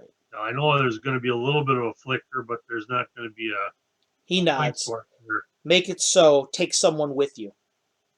Oh, might as well take Eric. Herrick nods. I I'll go know he with. can't get rid of it. I'll go with him. And Tobias as well, if I can Tobias kind of lopes alongside of you. Tobias keeps sniffing and tasting the air around you. It's almost as if he can tell too. Yeah. But the reason I was asking about the communication with him, if I could communicate directly with him, he's got his musk, which is a nasty thing. If it Lynn can get, looks over at you, and once you start bringing up the talking again, it skipped my mind. I was a bit preoccupied. I'll cast the spell. okay, She reaches out, puts her hand on Tobias's head, puts it on the side of yours, closes her eyes, and all of a sudden you start to feel almost this kind of you feel it, something roll up the back of your neck a little bit, like a little bit of a growling sound. She looks over at you. It's done. okay. Tobias hasn't Tobias, said anything. He's just walking. Tobias, It stops. Tobias, as soon as you say his name, he stops and looks up at you. Oh, you can speak to me again. well, with Lynn's help anyway, for the time being. He looks over at the druid, looks over at you. Because she's got honey in her pocket. You and food. Yeah, she uses that for her works. I mean, might have to talk to her with that. I'll wait till she's asleep. I didn't hear that. La la la la. I hand him some jerky. I was saying what I want to suggest to Tears him. into it. If it comes to some kind of a group attack in one particular direction, preferably not from direct west or direct from point to the caravan. If I want him to be able to realize that if he wants to, or if he would like or could, use his musk defense on a large group of these things if they come about. Tobias looks up at you and says, I smell wolves. Right. Lots They're of big. wolves. They're very large too. Good. More meat. Well, I have more meat, but what I'm saying, if you use your musk, try to keep it away from the caravan. We can't risk that stuff damaging any of our friends or. I understand. Are we going to kill some right now? We're walking towards the woods. If we don't get killed first, I think so. I can't wait. I know you can't. No, really, I can't wait. He starts to lope along a little faster. Well, I'm going with it. Herrick Let me looks know over at you. He goes, that's the weirdest thing I've ever seen in my life. You and that thing growling back at each other. What did it say? It says it wants to kill something. Maybe I should get a pet too, he thinks. I have to admit, I didn't think much of it before, but I kind of like that guy. Well, Tobias it takes a little bit to get to know him, but So what are we going to see when we get into these woods? You're about maybe 50 feet away from the tree line. Do we And your see infravision, as soon as you hit that 50 feet, there's probably it 30 looks of red them back in there? in back there. There's a lot of Do worms back there. all I see are wolf, or do I see orc that we were talking? No, you just see wolves. He looks at you. Can I? He goes, "You stopped. What's going on?" There are 30 of these big ass things over there in the woods. He goes, "If you don't follow me, there's going to." You hear Tobias growl back. "If you don't follow me, there's going to be 29 in a second." Oh, tell Eric he's going in after. I don't want him to go after him. Then tell him not to. Oh, no, don't go after him. Okay, What? Tobias puts on the brakes. What? don't. I don't want you to go all there by yourself. There'd be 30 on you. I know you. I know you could probably take one I of could them. probably take the first 25 or so. If you hold up your end of the bargain. You've been listening to Brixton too much.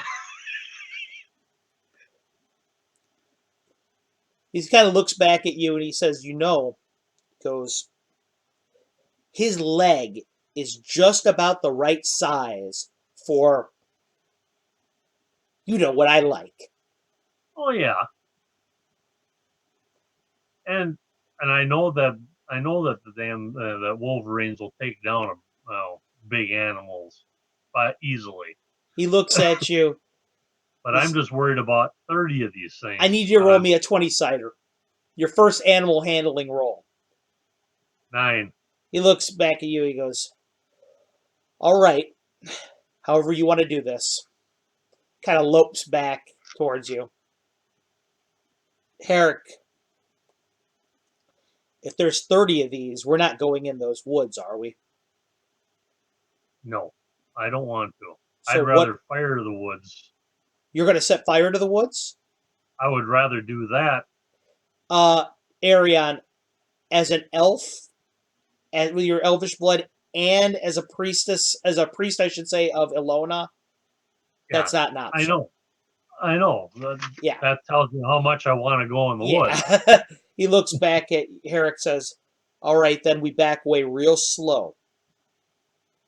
Very slow and on the very alert. One of the wargs is coming towards the tree line, growling. But it's bigger or same size? Very big. This No, one's probably about bigger. as tall as you. Right, but bigger or about the same size as every one of the other ones. No, this is a bigger one. Probably the biggest one. Probably Pack Alpha, you're guessing. Okay. What's going on? I see the look on your face doesn't look right. I've got there's a big the alpha male's coming out toward the edge of the woods. Should I shoot it? Here, re, reach down and grab some of that what they call it.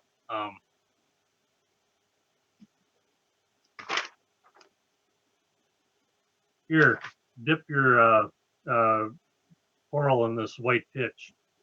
Puts it on the white pitch, kind of shakes it around. What's this gonna do? Watch. If you get ready and take a nice aim, take an aim first. Don't fire it off right away. I'm shooting blind. Okay. He's pointing into the woods, vaguely in the direction of them. Oh, wait a. Tell you what, I'm gonna light it up first because I can see it. I hand him the horn of that fire. He grabs it. When you can see, dip of this in there and fire away. He nods. Two of the arrows and fire as best I can at the shape. Roll me 2 20-siders. 17 and 19. Okay. Reach back. Fire one in the woods. Fire a second one. The arrows are brilliant as they're burning through. It breaks through the tree line, and as soon as it breaks through the tree line, you can see visually, without your infravision, a whole pack of them over there. Make me 2 6-siders, please. 6 and 4. Okay. You Not hit adjusted. this thing. Herrick shoots his crossbow. He misses clean over its head. But as you shoot at the thing, it hits at both times. Fire begins to explode up. You hear the whole pack start baying and howling. With nowhere to go, since that part of the thing is on fire, they rush out towards you. Okay. Roll me initiative, please.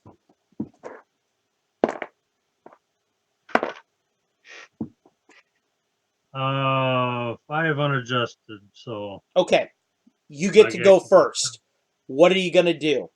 There's 30 of these things coming at you right now out of the woods, or 29. We're backing away. Backing away or running away? Running away as Okay. fast as I can back. Your movement rate is a 12, right? Or no, actually, it's probably a 9. 9. Right. Okay. So you turn around and you break for it as hard as you can. Are you going to tell Tobias anything? Or are you going to let him go on his own? Basically yelling at him to come along with. 20-sider, please. 12. He was starting to run towards the woods. He stops and turns around and breaks back.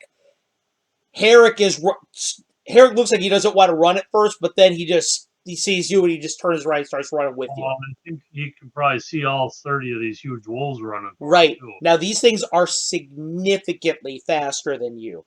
Okay? Yeah. So you get probably about 15, 20 feet, and you already can feel their breath on your back. Are you going to try and do anything to slow them down, or are you just going to try and outrun them?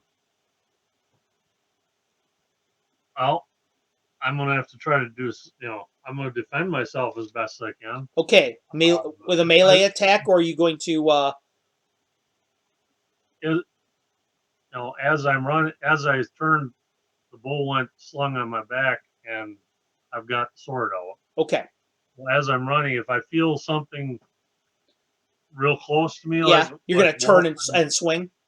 Yes. Okay, make me a 20-sider.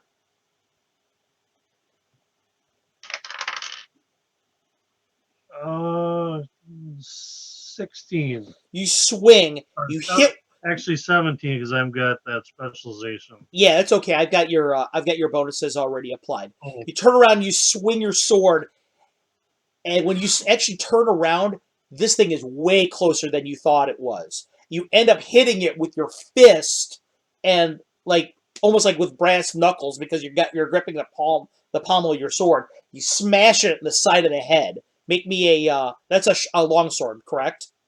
Yes. Okay, make me a 1d8, please. These are medium or large size?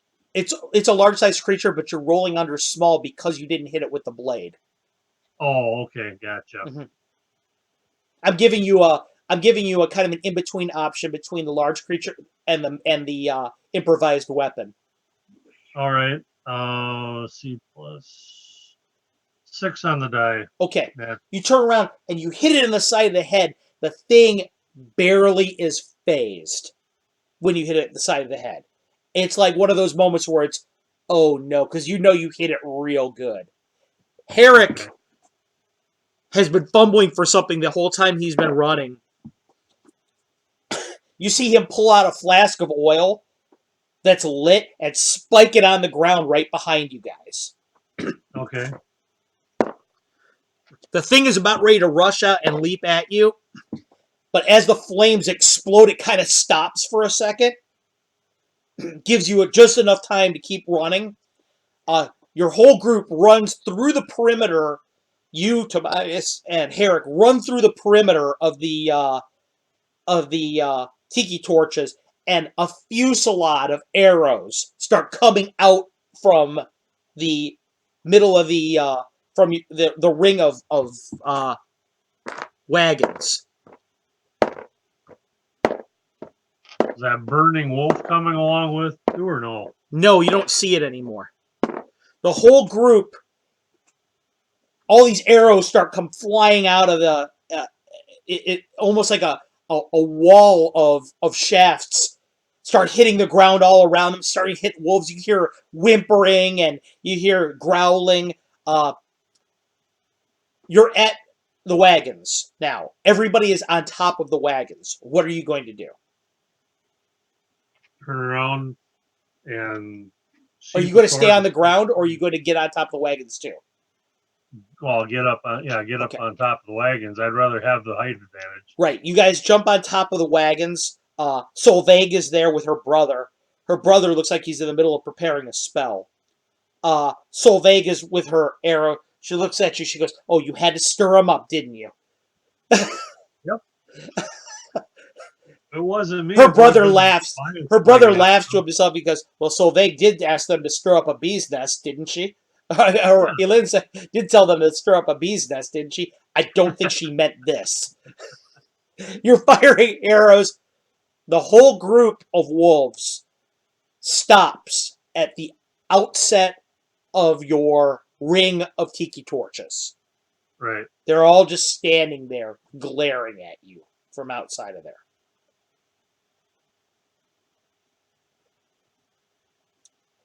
It's kind of this eerie silence in the air with nobody shooting, nobody moving. They're all just waiting outside of the torchlight area.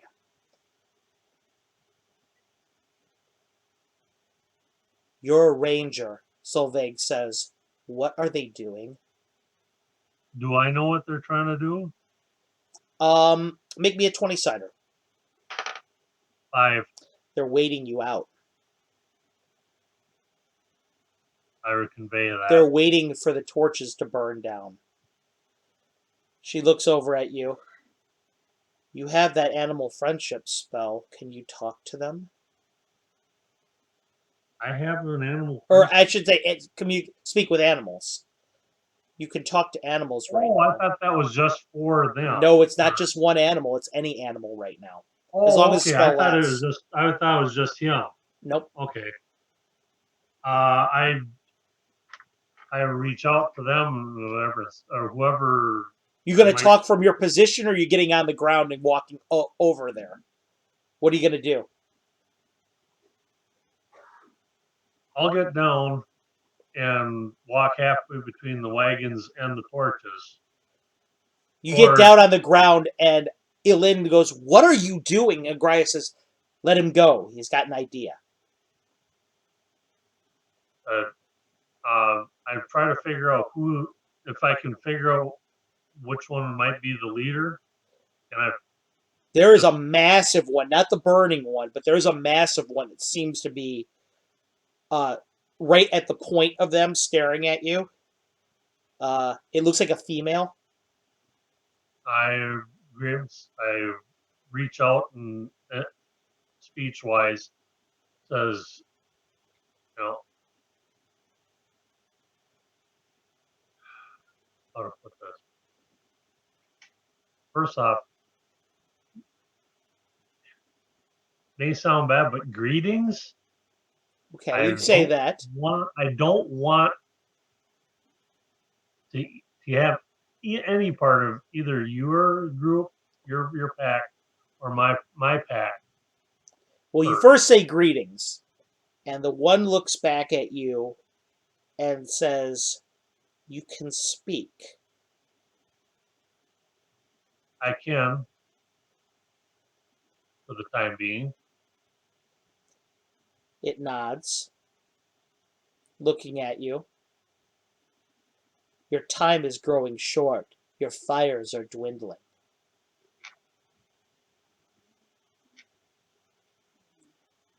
Is there a reason why you are, or what is your purpose here? You're not in your normal element. You have something of ours. We want it back now. What might that be? The pup that you stole. We smell him amongst your group. The what? The pup that you stole. I smell him among your group. He is my child, and you will return him, or we will gnaw the flesh from your cold bones. Oh, Brain Mars pup. Not a wolf dog. No, I do. That's what I sort of figured. That pup and we didn't. Number one, we did not steal your pup. Why do we smell him amongst you? The person who, if you bear with me here, I'll try to explain it as best I can think of here. You have a short time. It looks up at the I fires. realize that. The Tobias looks person, at you. He goes, "Can I eat her?" no, you stay there and be good. Make me a Here's some 20 cider. here's some Make me a jerky. 20 cider. 2. Okay. It just kind of growls. Oh, that's right. I'm training him. I said the person who might have stolen your cub is in the town. Is where the reason you're smelling him on us is because one of my party members who is not here took him from, or him or her. Do I know? It's a her. It's her. Took her from the person that was not treating her well, and took him Where into. is the pup? I don't know. We don't know where our party member is either. You You're don't just smelling know where a member of your pack is? I think that No. unlikely. Disappeared over a day ago. And circumstances that we had said that we had to get going south along the trail here. I don't know where our friend is at and where the pup is at. One of the other wolves looks at you and says, "I don't believe you. We can wait and see for ourselves, can't we?" It looks over at the female. The female nods and says, "We'll find out for ourselves soon. If the pup is not with you, then you will forgive me for what we are about to do."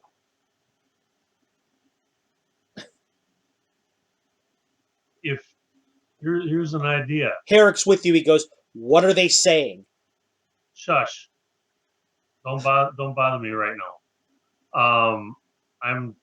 I asked the she wolf, says, if you would like, I will take you through our entire camp, our group as it is, and you can search for this pup. And how do I know this is not a trick? You fired at my mate. You set him on fire. And I very much apologize for that profusely. Tell that to the burning fur.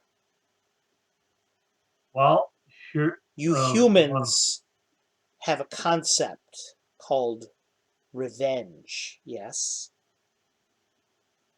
Some of us do. He looks over at you. Why should we not just wait until your fires burn out and take that what we wish? If you take it, how can you take something if it's not here? What we will do is when your fires burn down, we will come and we will devour you, and then we will find out what is the truth. Why not find out the truth first? You have not persuaded me that that this is a good idea yet. What's your charisma, David? Well, 12, Yeah. and I'm wearing a mask. Right. It was a tough sell to begin with. And you got to remember this. Rangers have abilities with animals. This is not a normal animal. Wargs are actually considered monsters. So Right. it's this is why it's a tough sell right now. But please continue. Maybe you'll be able to persuade her. You're pretty sure, looking at her and her pack, that part of the problem is she's absolutely bargaining from a position of strength. It's this pack will destroy your group. Right.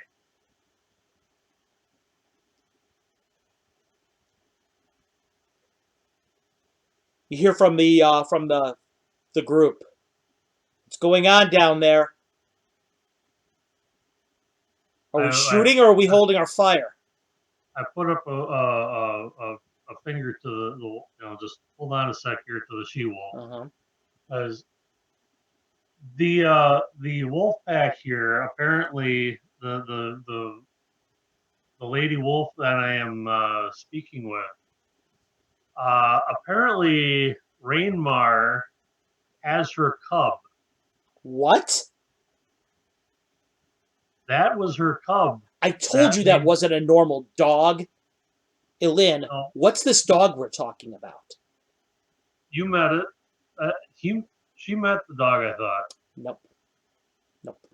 Yeah, she She did never because met the dog. She actually saw it, but she didn't meet it. She meet it as in talk with it. right. Gotcha. Because then she would have Well, you known. okay? Well, Elin, remember the dog that Rainmar had with him, or the wolf Oh dog? no. Are you kidding me? That is apparently her cub, who was stolen by maybe the blacksmith or somebody else, and gave it to the blacksmith. She is looking for it. She's willing to kill all of us to get the wolf, her cub back, who's not here along with Rainmar. And I'm trying to get her to understand that I will let her search for the cub without tricks in our Well, group. I don't have a speak with animals left, so you're going to have to do it because you're right. This is Can going to you have a bad end unless you can. can you advise me as what you might suggest? I don't know.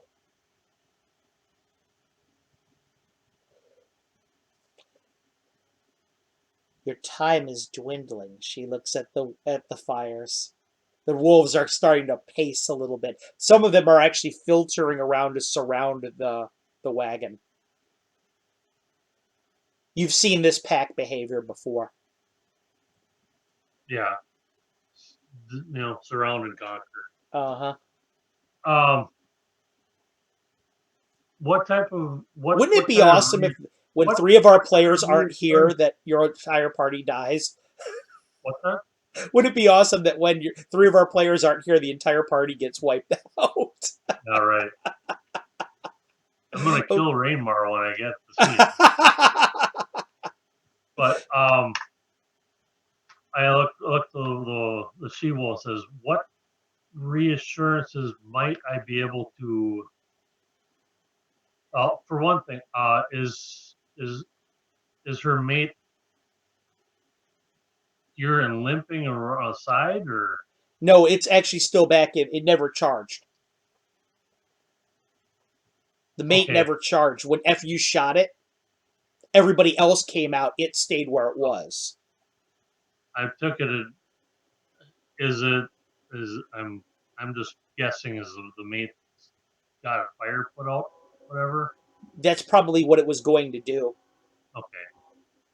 Um,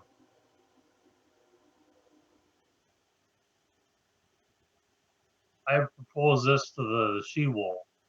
Tell your mate I will heal as best I can if you took any damage for you. And I want you to, or yeah, I'll tell your mate to come. I will do as best I can to do undo what damage I did. Roll me I a am very, percentage dice. and I would no. I want to give you the reassurance that we don't have what you're looking for, and I don't. I'm trying to protect my pack too. Roll your percentage dice.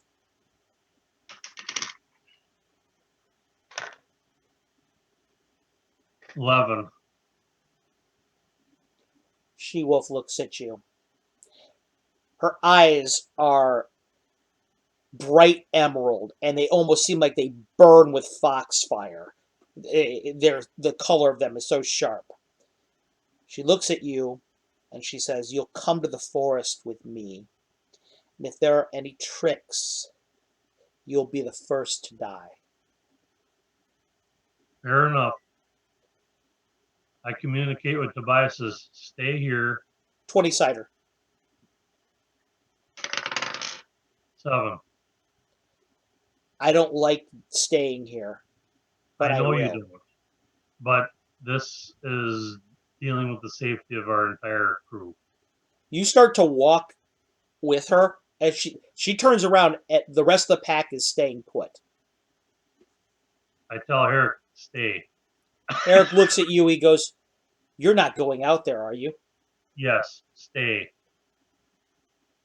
I can't guarantee Shakes his you, head. and I can't guarantee me, but I would rather guarantee just me.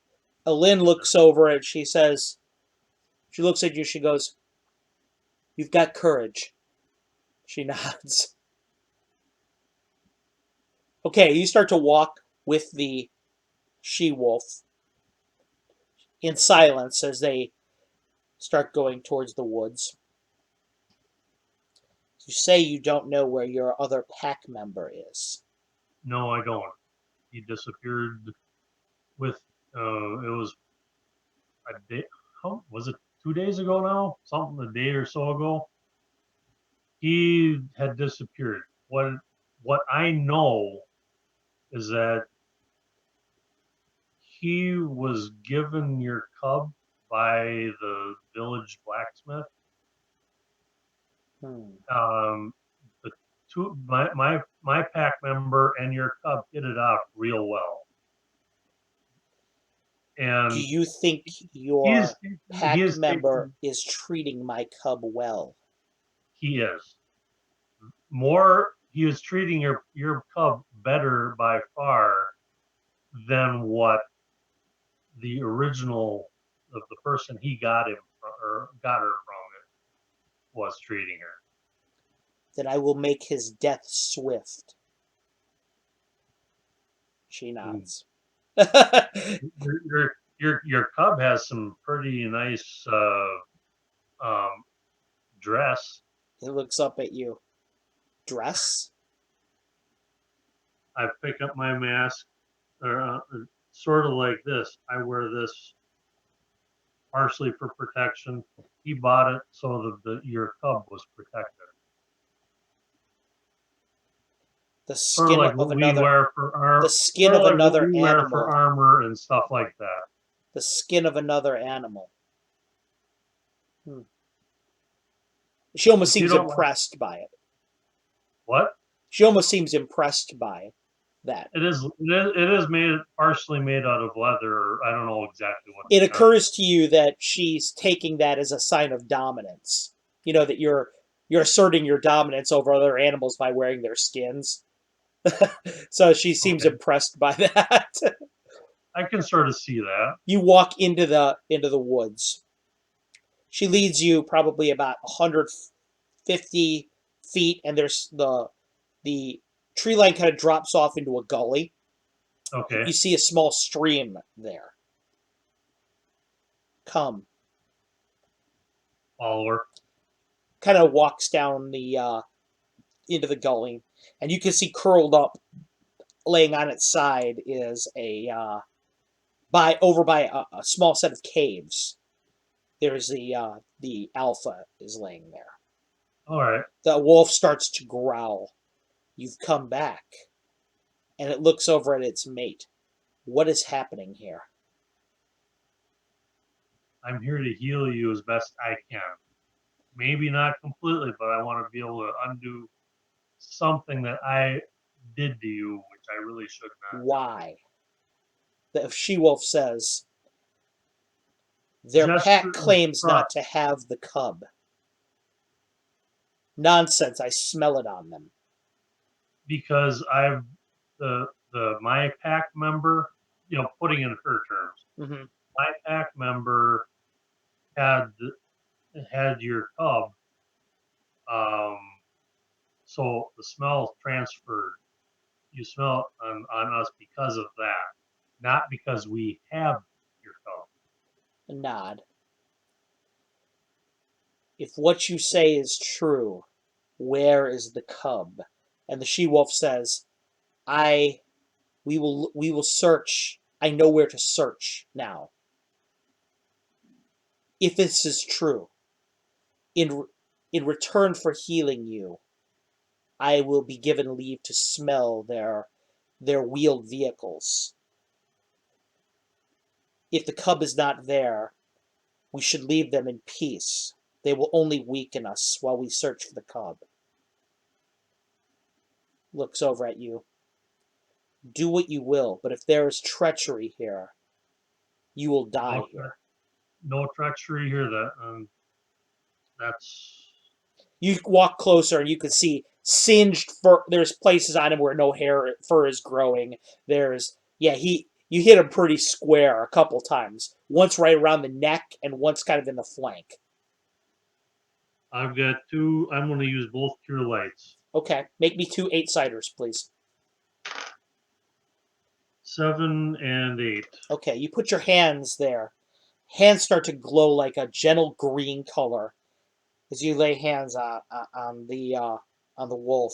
Uh, Slowly, almost out of your fingers tips grow these little tendrils like sprouts of foliage. It weaves underneath the fur and starts to create kind of a stitching through the flesh. And as it weaves, it grows. Almost like flowers, fur starts to come out of the tendrils. The she-wolf is very, very close, sniffing at it. You can almost feel her breath on your hands as you put it down there. Finally, when it's done, the hair is regrown. Wolf looks over at you. She-wolf says, you have done what you said you would. Now we will do what we say we will. Let me sniff your caravan. If they are no longer here among your pack, we will leave. Sounds The good. wolf stands a little bit uneasily, looks over at you. The alpha. I will come as well. So you guys start to walk through the forest together. You come out of the forest. The wolves at your side.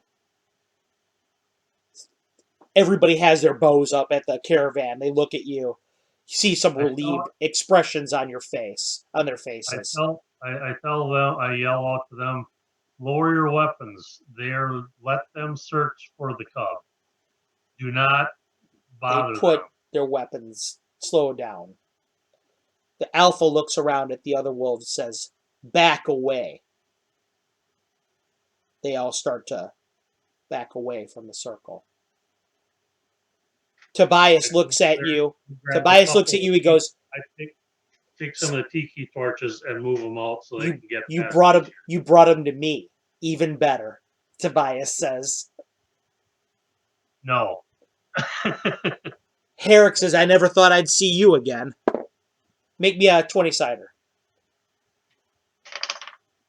6. Tobias kind of he's growling. He does not like the fact that he's not able to attack him. No, I know you don't like it. Here's some The jerky. she-wolf looks at you and says, "It's an angry one." Wolverines always are that way. Oh, it is so. He's a good boy though. The she-wolf and the alpha start sniffing at everywhere on the caravan around it. Are you going to follow them at all, or are you just going to let them do what they Yeah, will? I'm sticking by them. Okay. They sniff at it. The male, when they're all done, howls into the air. Kind of a mournful sound. She-wolf looks at you. It is as you said. You know not where your packmate is. No, I do not know. We had to leave before we could find him. He's got two of our other group members with him. I think because we can't find them either. She I don't looks. know where She they looks are. over at the alpha. We must go to the place with the walls. He nods. Please, if for anything it's worth, don't hurt anybody, please. I know you're upset. They look at you. Make me a percentage dice.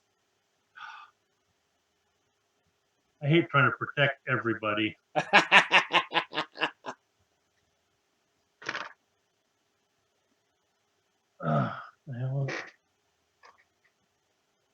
72. She looks over at you and she says, when we go to the walled place, if our cub is there, we will kill everything we see until it is returned to us. But, the alpha says, if it is not there, we will follow your packmate, and then we will force him to give us our child. Only he will die. That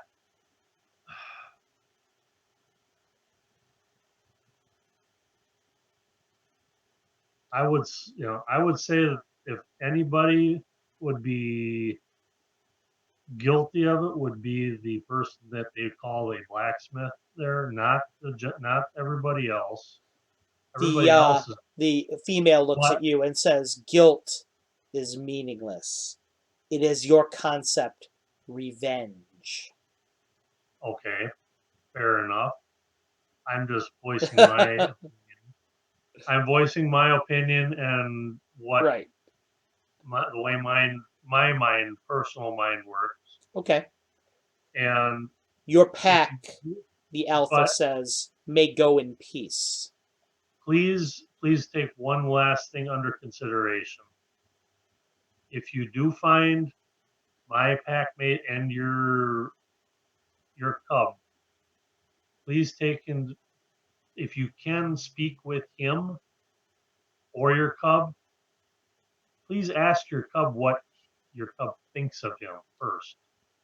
She looks over at the alpha. She goes, they've dressed it in the skin of animals. The alpha just kind of nods. Yes. Good. And ask what your cub thinks of that. Kind of nods. Mhm. Says, And take that into consideration before you decide to take my packmate's life. He is trying to help your cub. we will do as we will. But I realize but that. we will weigh your words. Thank you. It says. Do I know how to? Would I know like a general?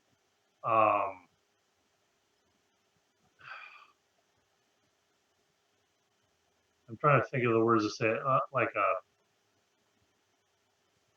Like a handshake, but they would, a mutual. No, they mostly communicate by scent and by growl timbre, so not really. No, I'm just real. I'm just like I Yeah. want to be able to say thank you. And You can convey you can convey your gratitude in non-verbally okay, because just you have speak with animals. I'm going to say that that actually conveys with nonverbal cues as well. Okay. Okay. Since, for example, They if you feel can't like, speak with an animals on a fish that doesn't speak, you could still speak to it. So that right. must mean that the spell allows nonverbal communication as well. Okay. Basically, just a gesture and conveyance of Right. thank you. I understand where your moral your understandings at where your morals and everything are setting at what you have to do for your own sake, your pact. But and I'm thank you for taking my words under consideration. Um, and again, I am very sorry for what I did. The wolves just the kind of nod. The alpha howls into the again, and all the wolves around it start to bay and howl around it. And slowly, the whole group starts to recede back towards the woods. Grias looks down at you. He says, "What did you say to him?" uh, What did you tell them? well, what it was is they wanted to find uh, the cub that Rainmar has. They said that the cub was stolen, and they said the only you know that they smelled the cub on us because we were around Rainmar, so the smell transferred. Rickson thinks about it and says, "How do you steal a cub from a pack of 30 wargs?" I don't know, and it said uh, all I says, and I may have screwed the town, but I said our our member did not steal the cub. He is trying to help him. If anybody stole it, it was somebody else at Caverick stole So how did you screw the town, Solveig asks. it. Unfortunately, it said the only person that might have done that was the blacksmith. Because he Agrias was, nods. He goes, "They're going back to the town and they're going to lay siege to it, aren't they?" if they said if the town, if the wolf cub is not in the town is fine. And I also told them to take them away and way the they've got their own code. But I said if He looks around. Agrias says, "This puts us in I a told them, I tell them the only uncomfortable person that position."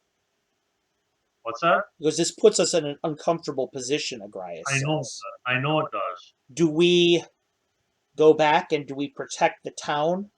We have friends there. They've been kind to us.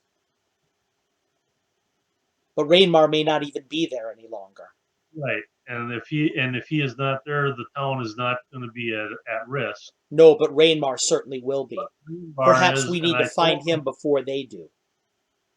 we need to, but also whether or not they'll take into account or not. I said if they could catch up with Rainmar and the Cub, said before they kill anybody, which they want to. Agrias I, looks at you, I, or I should say, Einar I, looks at you and says, "Rainmar's his own man. I I mean, how realize long have that. you even known him?" All I told them, the wolves, I said, if you find them, have the to tell them to talk to their cub and talk to Rainmar before something bad happens, whether they decide to kill. Do you think they Because will? I don't know, but I know that since they value their cub, the cub and Rainmar apparently get along very well. The cub may be pissed off if they decide to kill his friend or her friend. You know what I'm? Right. I don't. Alien says, I was I but was trying to be the in. wargs are I was, going to be all about dominance. They're not going to care if their cub likes it or not. There's a oh, strict I realize, hierarchy. Lynn but says. She looks over. She says, uh, "If we don't find Rainmar before they do, Arian's absolutely right. That town's going to be razed to the ground with them looking for it, and he's as good as dead. The question is, how much does that matter to you?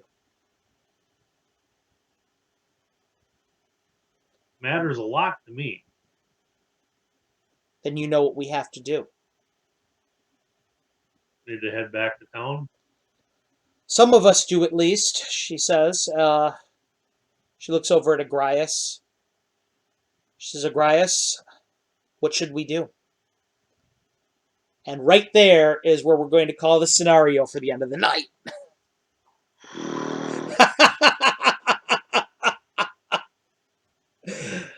Well, Ariane, a lot happened tonight. Talk about going back. Talk about Brixton getting put on the spot. Holy crap. I know. Oh, Ariane, that was a white knuckle situation, but I thought you handled it pretty well. white knuckle. I gotta go to the bathroom. Yeah, now the whole situation is you're in a tough spot, Ariane, because imagine if they go back and the wolves destroy the town. How are you going to feel about that? Well, I realize that. That's why I was trying to impress on those. Oh, Like, the Sunshower family that you've become friends with, Old Widow Granville, the I know. sheriff, the That's blacksmith. Oh, it's going to be bad if they get back there. It's going to be a massacre. But the possibility exists that Rainmar's not even there anymore. right. So you guys are in a tough I'm spot for sure. gonna slap him silly. Wait till he sees this episode on YouTube or on Twitch. He's gonna die. Oh, he probably gonna die anyway. Apparently, according to the wolves. It could be bad. It could be bad. Yeah. I Everybody mean, out there on it, Twitch tonight that watched us this evening, thanks for watching the session of First Betrayal. We've had another cliffhanger ending, as you can see. I want to thank my expert player David Aho for playing with us tonight. Thank you very much. Rainmar, Brixton, and Agrias should be back next week, I hope, or 2 weeks from now at our next session. Ariane, why don't you stick around for a few minutes after we sign off so we can do some post mission wrap up. But for everybody that watched, thanks for watching again, and I hope you guys have a good week. Tune in next week to see the resolution of how all this plays out. I guarantee you it's going to be exciting whenever it happens. Take care, everyone.